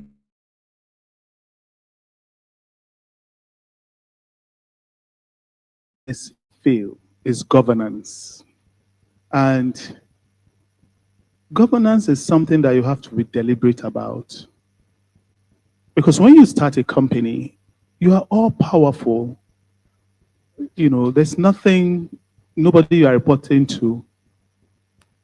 Even though some of your actions can sink the company, you are not likely to take those actions because this is what you say is your baby. Let's then say, what is the company? The company is something that exists on its own. It has a life of its own, but it's incapacitated. It can't walk, it can't talk, it can't think. So the life of the company is lived through the actions and behaviors of the directors. The directors in a structured company are appointed by shareholders to look after the affairs of the company. And then they appoint a managing director who has a management team. That's structure. So they know that nobody owns the company. If I ask you today who owns Guinness or who owns JP Morgan, nobody owns the company. You don't own your children. You give birth to your children. It doesn't mean you own them. They have a life of their own. But in their infancy, you can destroy them. You can give them drugs. You can show them unsightly things on your phone, and you destroy them. Or you can nurture them to become very successful and sustainable. Now, where does governance come in? You see, in the structured company, those that have existed from old have done so many transitions to different leadership. The governance structure is clear. This is how we do this. This is how we do that. This is how we accept and acknowledge innovation, and this is how you carry out the innovation. Now, Austin starts a company, he's all powerful, and then he brings his sons, Austin and Sons, and we have so many companies in Nigeria that are like that. But there's no check and balance. If I'm going to Dubai, I buy tickets, it's on the company, rather than paying myself a salary and using my salary to buy the ticket. Like I say, when you're looking after your own child, you will not take steps that will destroy the child. The problem comes when the owner or the so-called owner, the founder, bows out. Because he has not put any governance processes in place, the next person that comes did not have the pains of childbirth. He didn't suffer to build that company. But all those loopholes that you used to take advantage of are there. And you used to use them in moderation. He's going to go to town with those things. And because it doesn't matter that it's your child, I mean, Austin and Sons, they didn't have those painful childbirths. So they are going to go to town where you were managing business class. They'll charter private jet. And before you know it, the wealth of the company is decreasing. If you are unfortunate to have invested with them, you can't even take your money out because there's no opportunity for liquidity. Now, if Austin's company is misbehaving, CWG is misbehaving, maybe they don't pay dividend for 3 years. You just go to the stock exchange, sell your shares, and then the company valuation will go down. They'll lend cents. Tomorrow they'll pay dividend. You know. So at the end of the day, governance is about stewardship. Stewardship is about fairness. It's about responsibility. It's about accountability. And it's about what we call the business judgment rule. The business judgment rule says that whatever decision that I'm making on behalf of this company, that's the decision I would have made, even if it was myself. So I would have gone through all the due diligence. And it doesn't matter that that decision you made did not succeed, insofar as you went through a proper due diligence. Now, how many of us will put those stewardship principles into practice for our business? So my advice is young businesses, you say a board is expensive. Get an advisory board. You don't pay them. People that believe in you and want to know you and help you. They can be your sort of check and balance. You don't have to take the advice, but they will tell you. But it's important not to look at this company as my own. The founder of a company, I'm also advising you. See yourself as a mango tree. Because when the tree is young, it produces fruits. The fruits are getting bigger, they are ripe, they are nice, they are beautiful. But after a long time, the ripe fruit on the tree, it begins to rot, and it will rot and fall down. Some founders, it gets to a point where you need fresh energy, fresh ideas, and then fresh direction. But they continue to stay there like that overripe mango. And before you know it, the business has lost its value. Demand dies, the business dies. That's what I think. Thank you. Please keep up.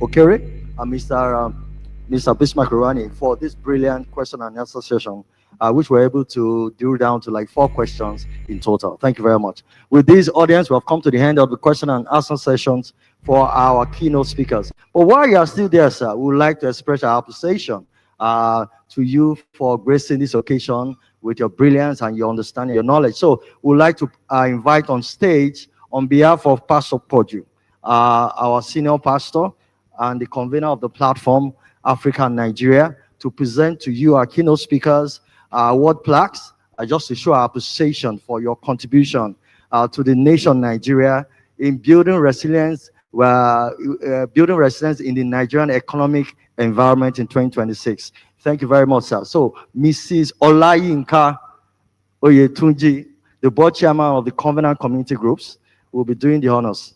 Thank you very much, madam. Madam Chairman, thank you very much. Also joined by the governor of the CEO Community Groups, Mrs. Dolapo Kukoyi. And we'll also be having quick camera sessions as they are given their plaques. Keep clapping, keep clapping. Thank you very much, sir. Keep clapping. Thank you very much, sir.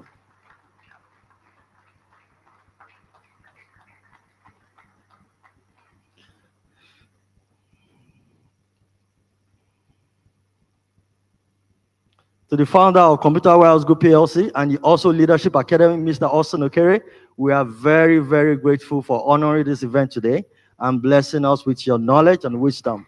Thank you very much, sir. We are very grateful.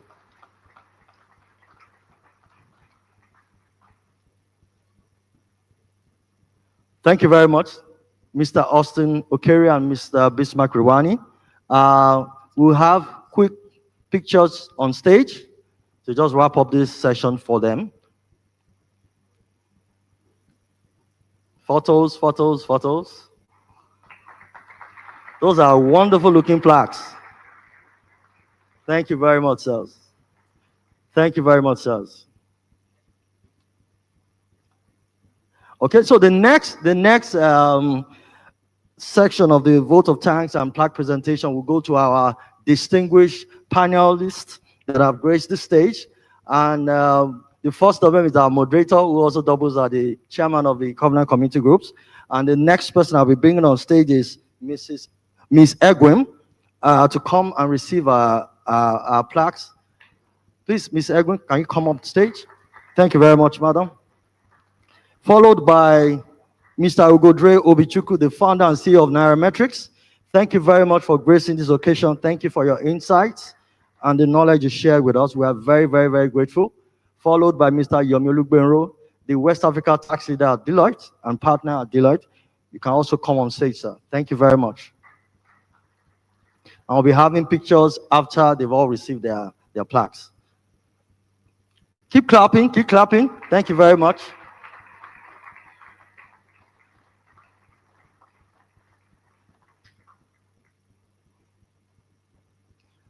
Okay, Mr. Ugodre Obichukwu. Please stay on stage so that we can have the group photo after all the plaques have been presented. A round of applause for Mr. Ugodre Obichukwu, the founder and CEO of Nairametrics. If you follow what he does online, you know he's a very brilliant analyst. Very, very brilliant analyst. Thank you very much, sir, for your time and the knowledge you shared with us. We are very, very grateful. And we hope that when we call you next time, you will be available for us. Thank you very much.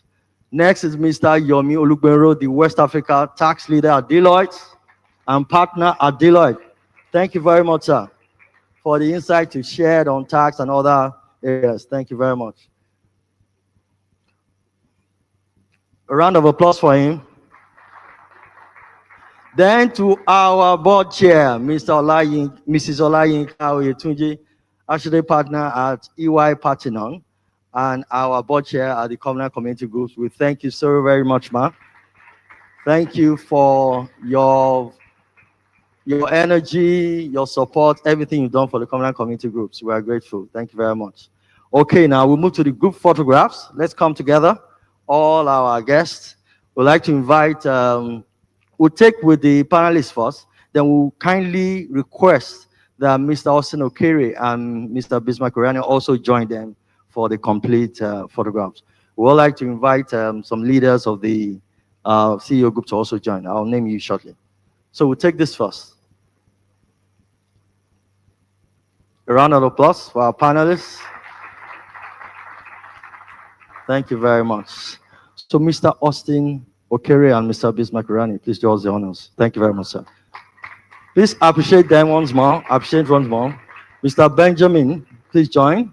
And all the leaders of the CEO group, can you please join us on stage? Leaders of the CEO group in the hall, please join us on stage. for this group photo. Okay.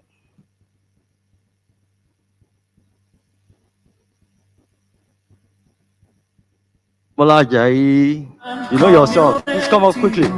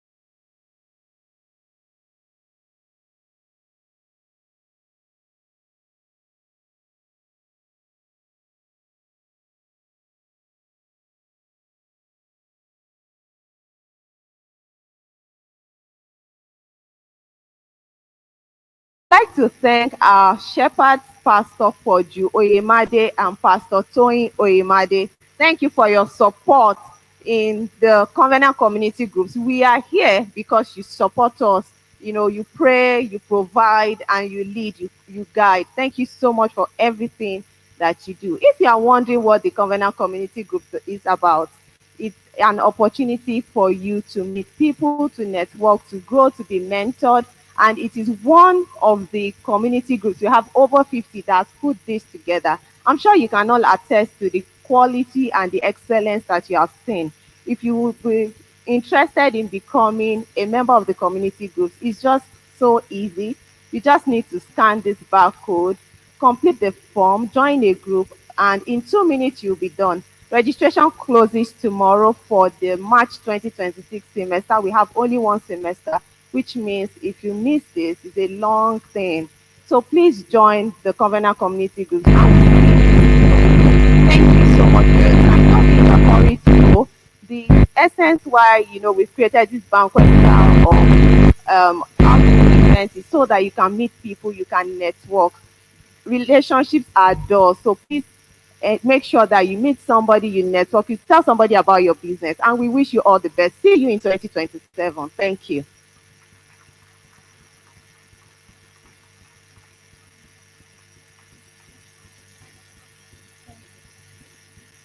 Once again, a round of applause for our invited guests, keynote speaker.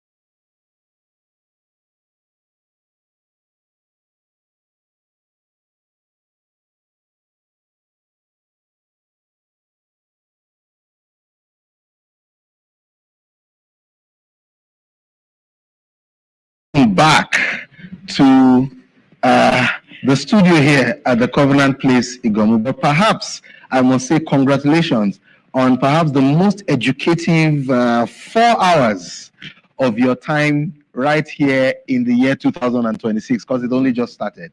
You must agree with me that everything you gained, I hope you gained at least 1 thing or 2 things or even 10 things that you would definitely be practicing starting Monday morning or even starting now, right? Depending on who was listening with you or sharing these thoughts with you. But as you know, I have my co-anchors in the studio, and we're just going to be taking some of the points that we heard across all the speakers. I told them already that I own the rights to Mr. Austin Okere's opening, keynote speech, which was just mind-blowing to me. The amount of opportunities all the way from 1992 to 2026, and you can see the map. In all this time, what you and I said about the Nigerian economy. Yet, there was somebody there riding, making, I was earning millions of dollars in the 1990s. I was like, dear Lord, what happened, right? But I know you have a spin to that conversation as well. Austin Okere's story was a brilliant, not often told Nigerian tale. Right. And I think Nigerians as a whole must start to give voice to his story. But for me, it begged the question of, did he know at the point in time what he was doing? Are we seeing the benefit of the hindsight story? But nevertheless, I took one strong lesson from him. The future will favor the brave. He always responded. The idea of doing nothing is not an option. And I think if you listen to him, some of his really proud moments with resident faculty at Columbia Business School, for instance, and MIT, is something he never saw coming. Right. And so riding that wave gave him more than he wished for. So the idea of no movement is not an option at all. You must always take a decision and take action. Indeed, I really, really like that. Non-negotiable, you must move. Busiayo. Well, again, for me, I think I picked the part. 2 things. When he talked about intentionality, he said, so Nigeria, we should be proud that Nigeria on its own is a continent. When he talked about the parts where he looked about East Africa, everybody said go to Kenya. He said no, he wasn't following the crowd. He had an intentional thought behind not going there. And I saw somebody's chat feed when I went online, and one was a Ugandan saying, I'm proud to be a Ugandan at this moment. So he went to Uganda, where he saw no competition. And he was able to stand there. And from there, he's leading the East Hub. Then for West Africa, you would say Nigeria already West Africa, but he said no. Ghana was his choice. And from Ghana, he's springing, forth. Now, of course, Nigeria is there, and then Cameroon, and then Dubai for the international front. So you can see somebody who studies the globe, who looks at the entire picture, and takes informed decisions. Then the second part about being a billionaire, and nobody should brag about being a billionaire if it's just in terms of money. So I'm speaking to the youth. It's not all just about money. What he said was that if you have not made an impact that has affected billions of lives, then you're not a billionaire. So whichever way you look at it, you need to shift the focus from the money to being a billionaire in terms of lives. Can I just ride on a thought? Because I'm very big on this 40, over 40. And 40s, 30s, and being productive even in your older years. And in reading one of my favorite authors today, Bob Buford, in reading his book, Halftime and Beyond Halftime, which I talk about quite a bit, you see that the concept of the life continuum has shifted from struggle to success, which is what I think our young people look at. I just want to struggle, hustle, and make it. And he says, you know, you're going to get to this midlife where you realize that after success, there is significance and then there is surrender. And you can see Austin is clearly in significance, tending towards surrender. So truly, you haven't lived. You and I talk a lot about Abraham Maslow. Yeah. And you'll be interested to know that after Maslow died, they discovered additional work that he had done. Wow. So he had moved the peak from self-actualization to self-transcendence. Until your life is making meaning for others, you haven't really lived. Right. That's a very powerful thing. Until your life is making meaning to others, you haven't really lived. And you know, I mean, from someone like Austin Okere, he has both the money and the impact to show for it. So, you know, you have to listen to something like that. Yeah. We had other speakers there as well. You know, let's go to the tax man. You know, who was clearly in a corner of his own, and they kept him there to answer all the tax questions. So, Busayo, tell us about Yomi Olugbenro. Well, I think he has made it clear to all of us. If you assume that trying to get a tax expert is going to be expensive or going to be costly, then you should look at the other angle of not doing anything. Because if you choose to hide, you are going to, the taxman will come after you. And in the long run, it affects the bottom line that you thought you were trying to protect. So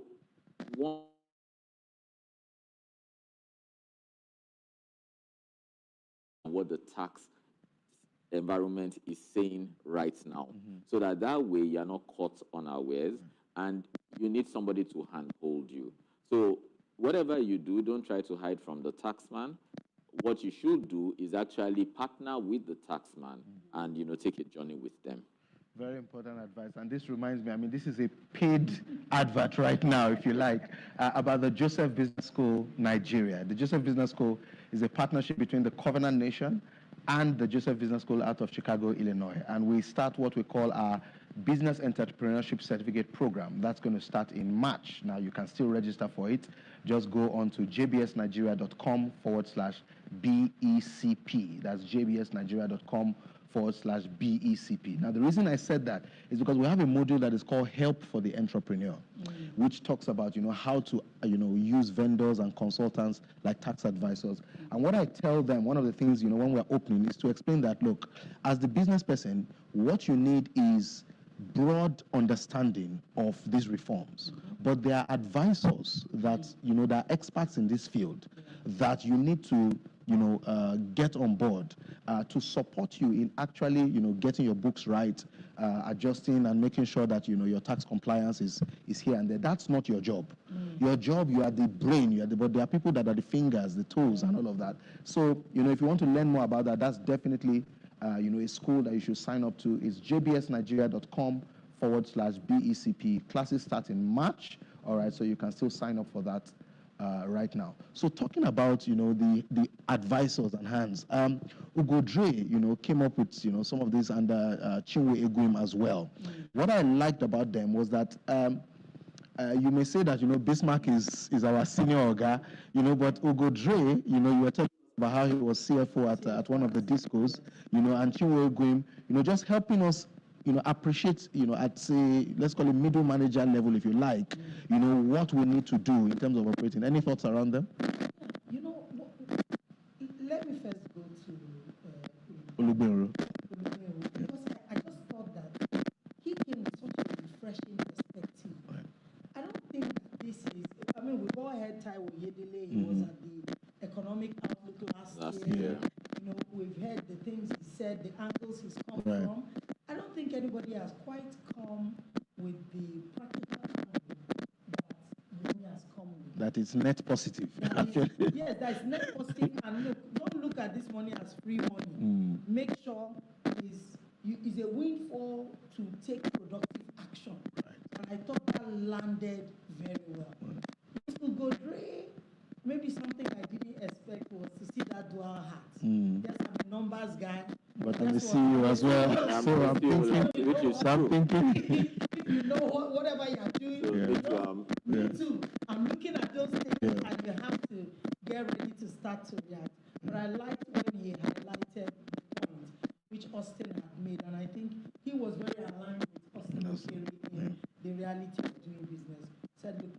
how terrible it is. Who won with the issue of liquidity squeeze and, as it were, cash? And he said, did Money Point not win? Right. So we're in a season again when we're all probably complaining about one thing, One thing or the And other. he pointed out that, okay, tax is now here. Yeah. Everybody's complaining. But they are going, who are the winners, who are the losers? Yeah. So I love the practicality of the outlook today. It was very practical. All right.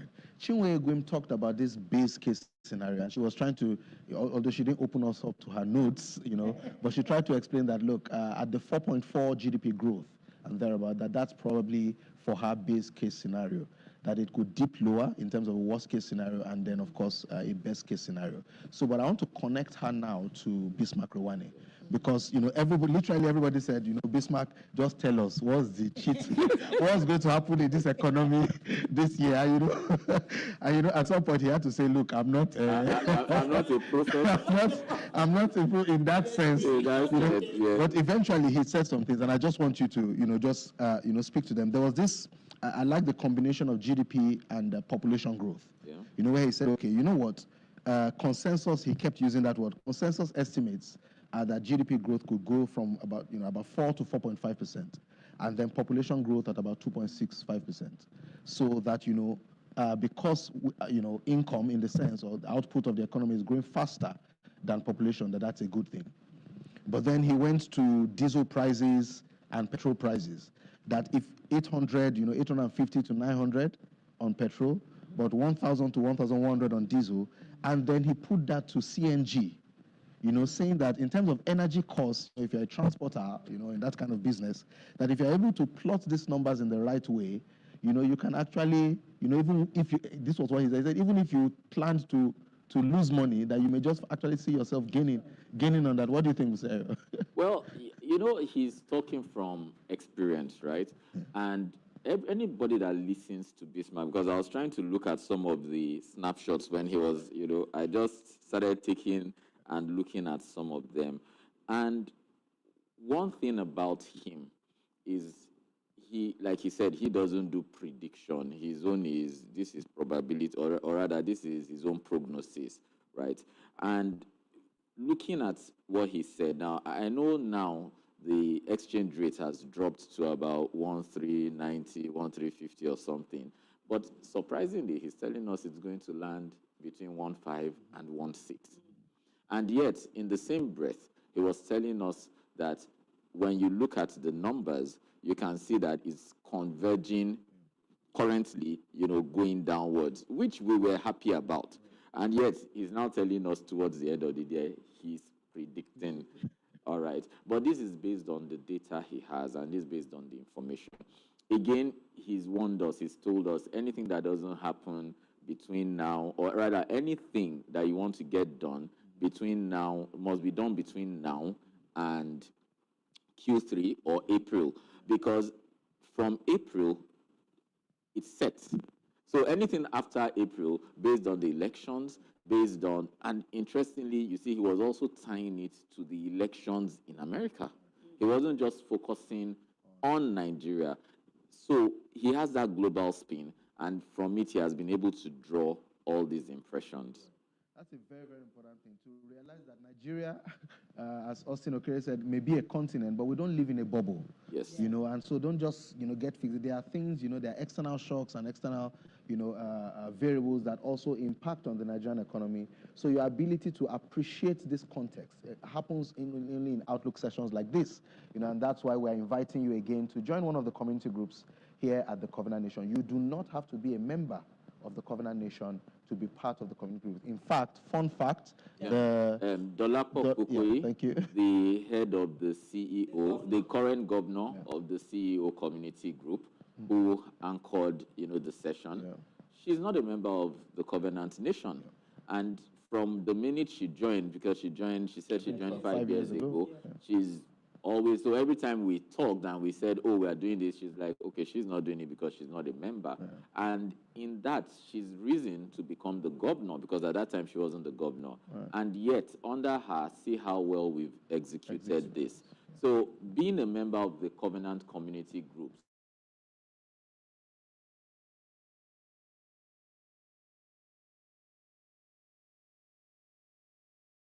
where you are thinking, oh, our time zones don't work for you, the diaspora group has the time zone that would work for you.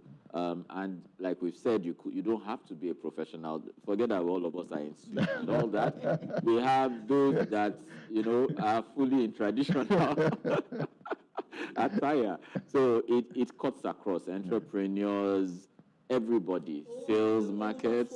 The older folks they have the community groups as well. So if you have your parents, I mean, most of them are empty nesters, everybody's out of the house. It's a place to keep them engaged and stimulated. Yeah, I think it's called the senior citizens. The senior citizens, and they don't even follow the semester. And again, fun fact. So even though the semester starts in March, right, for 8 weeks, but such as the senior citizens, they actually continue meeting because now they've formed a new community.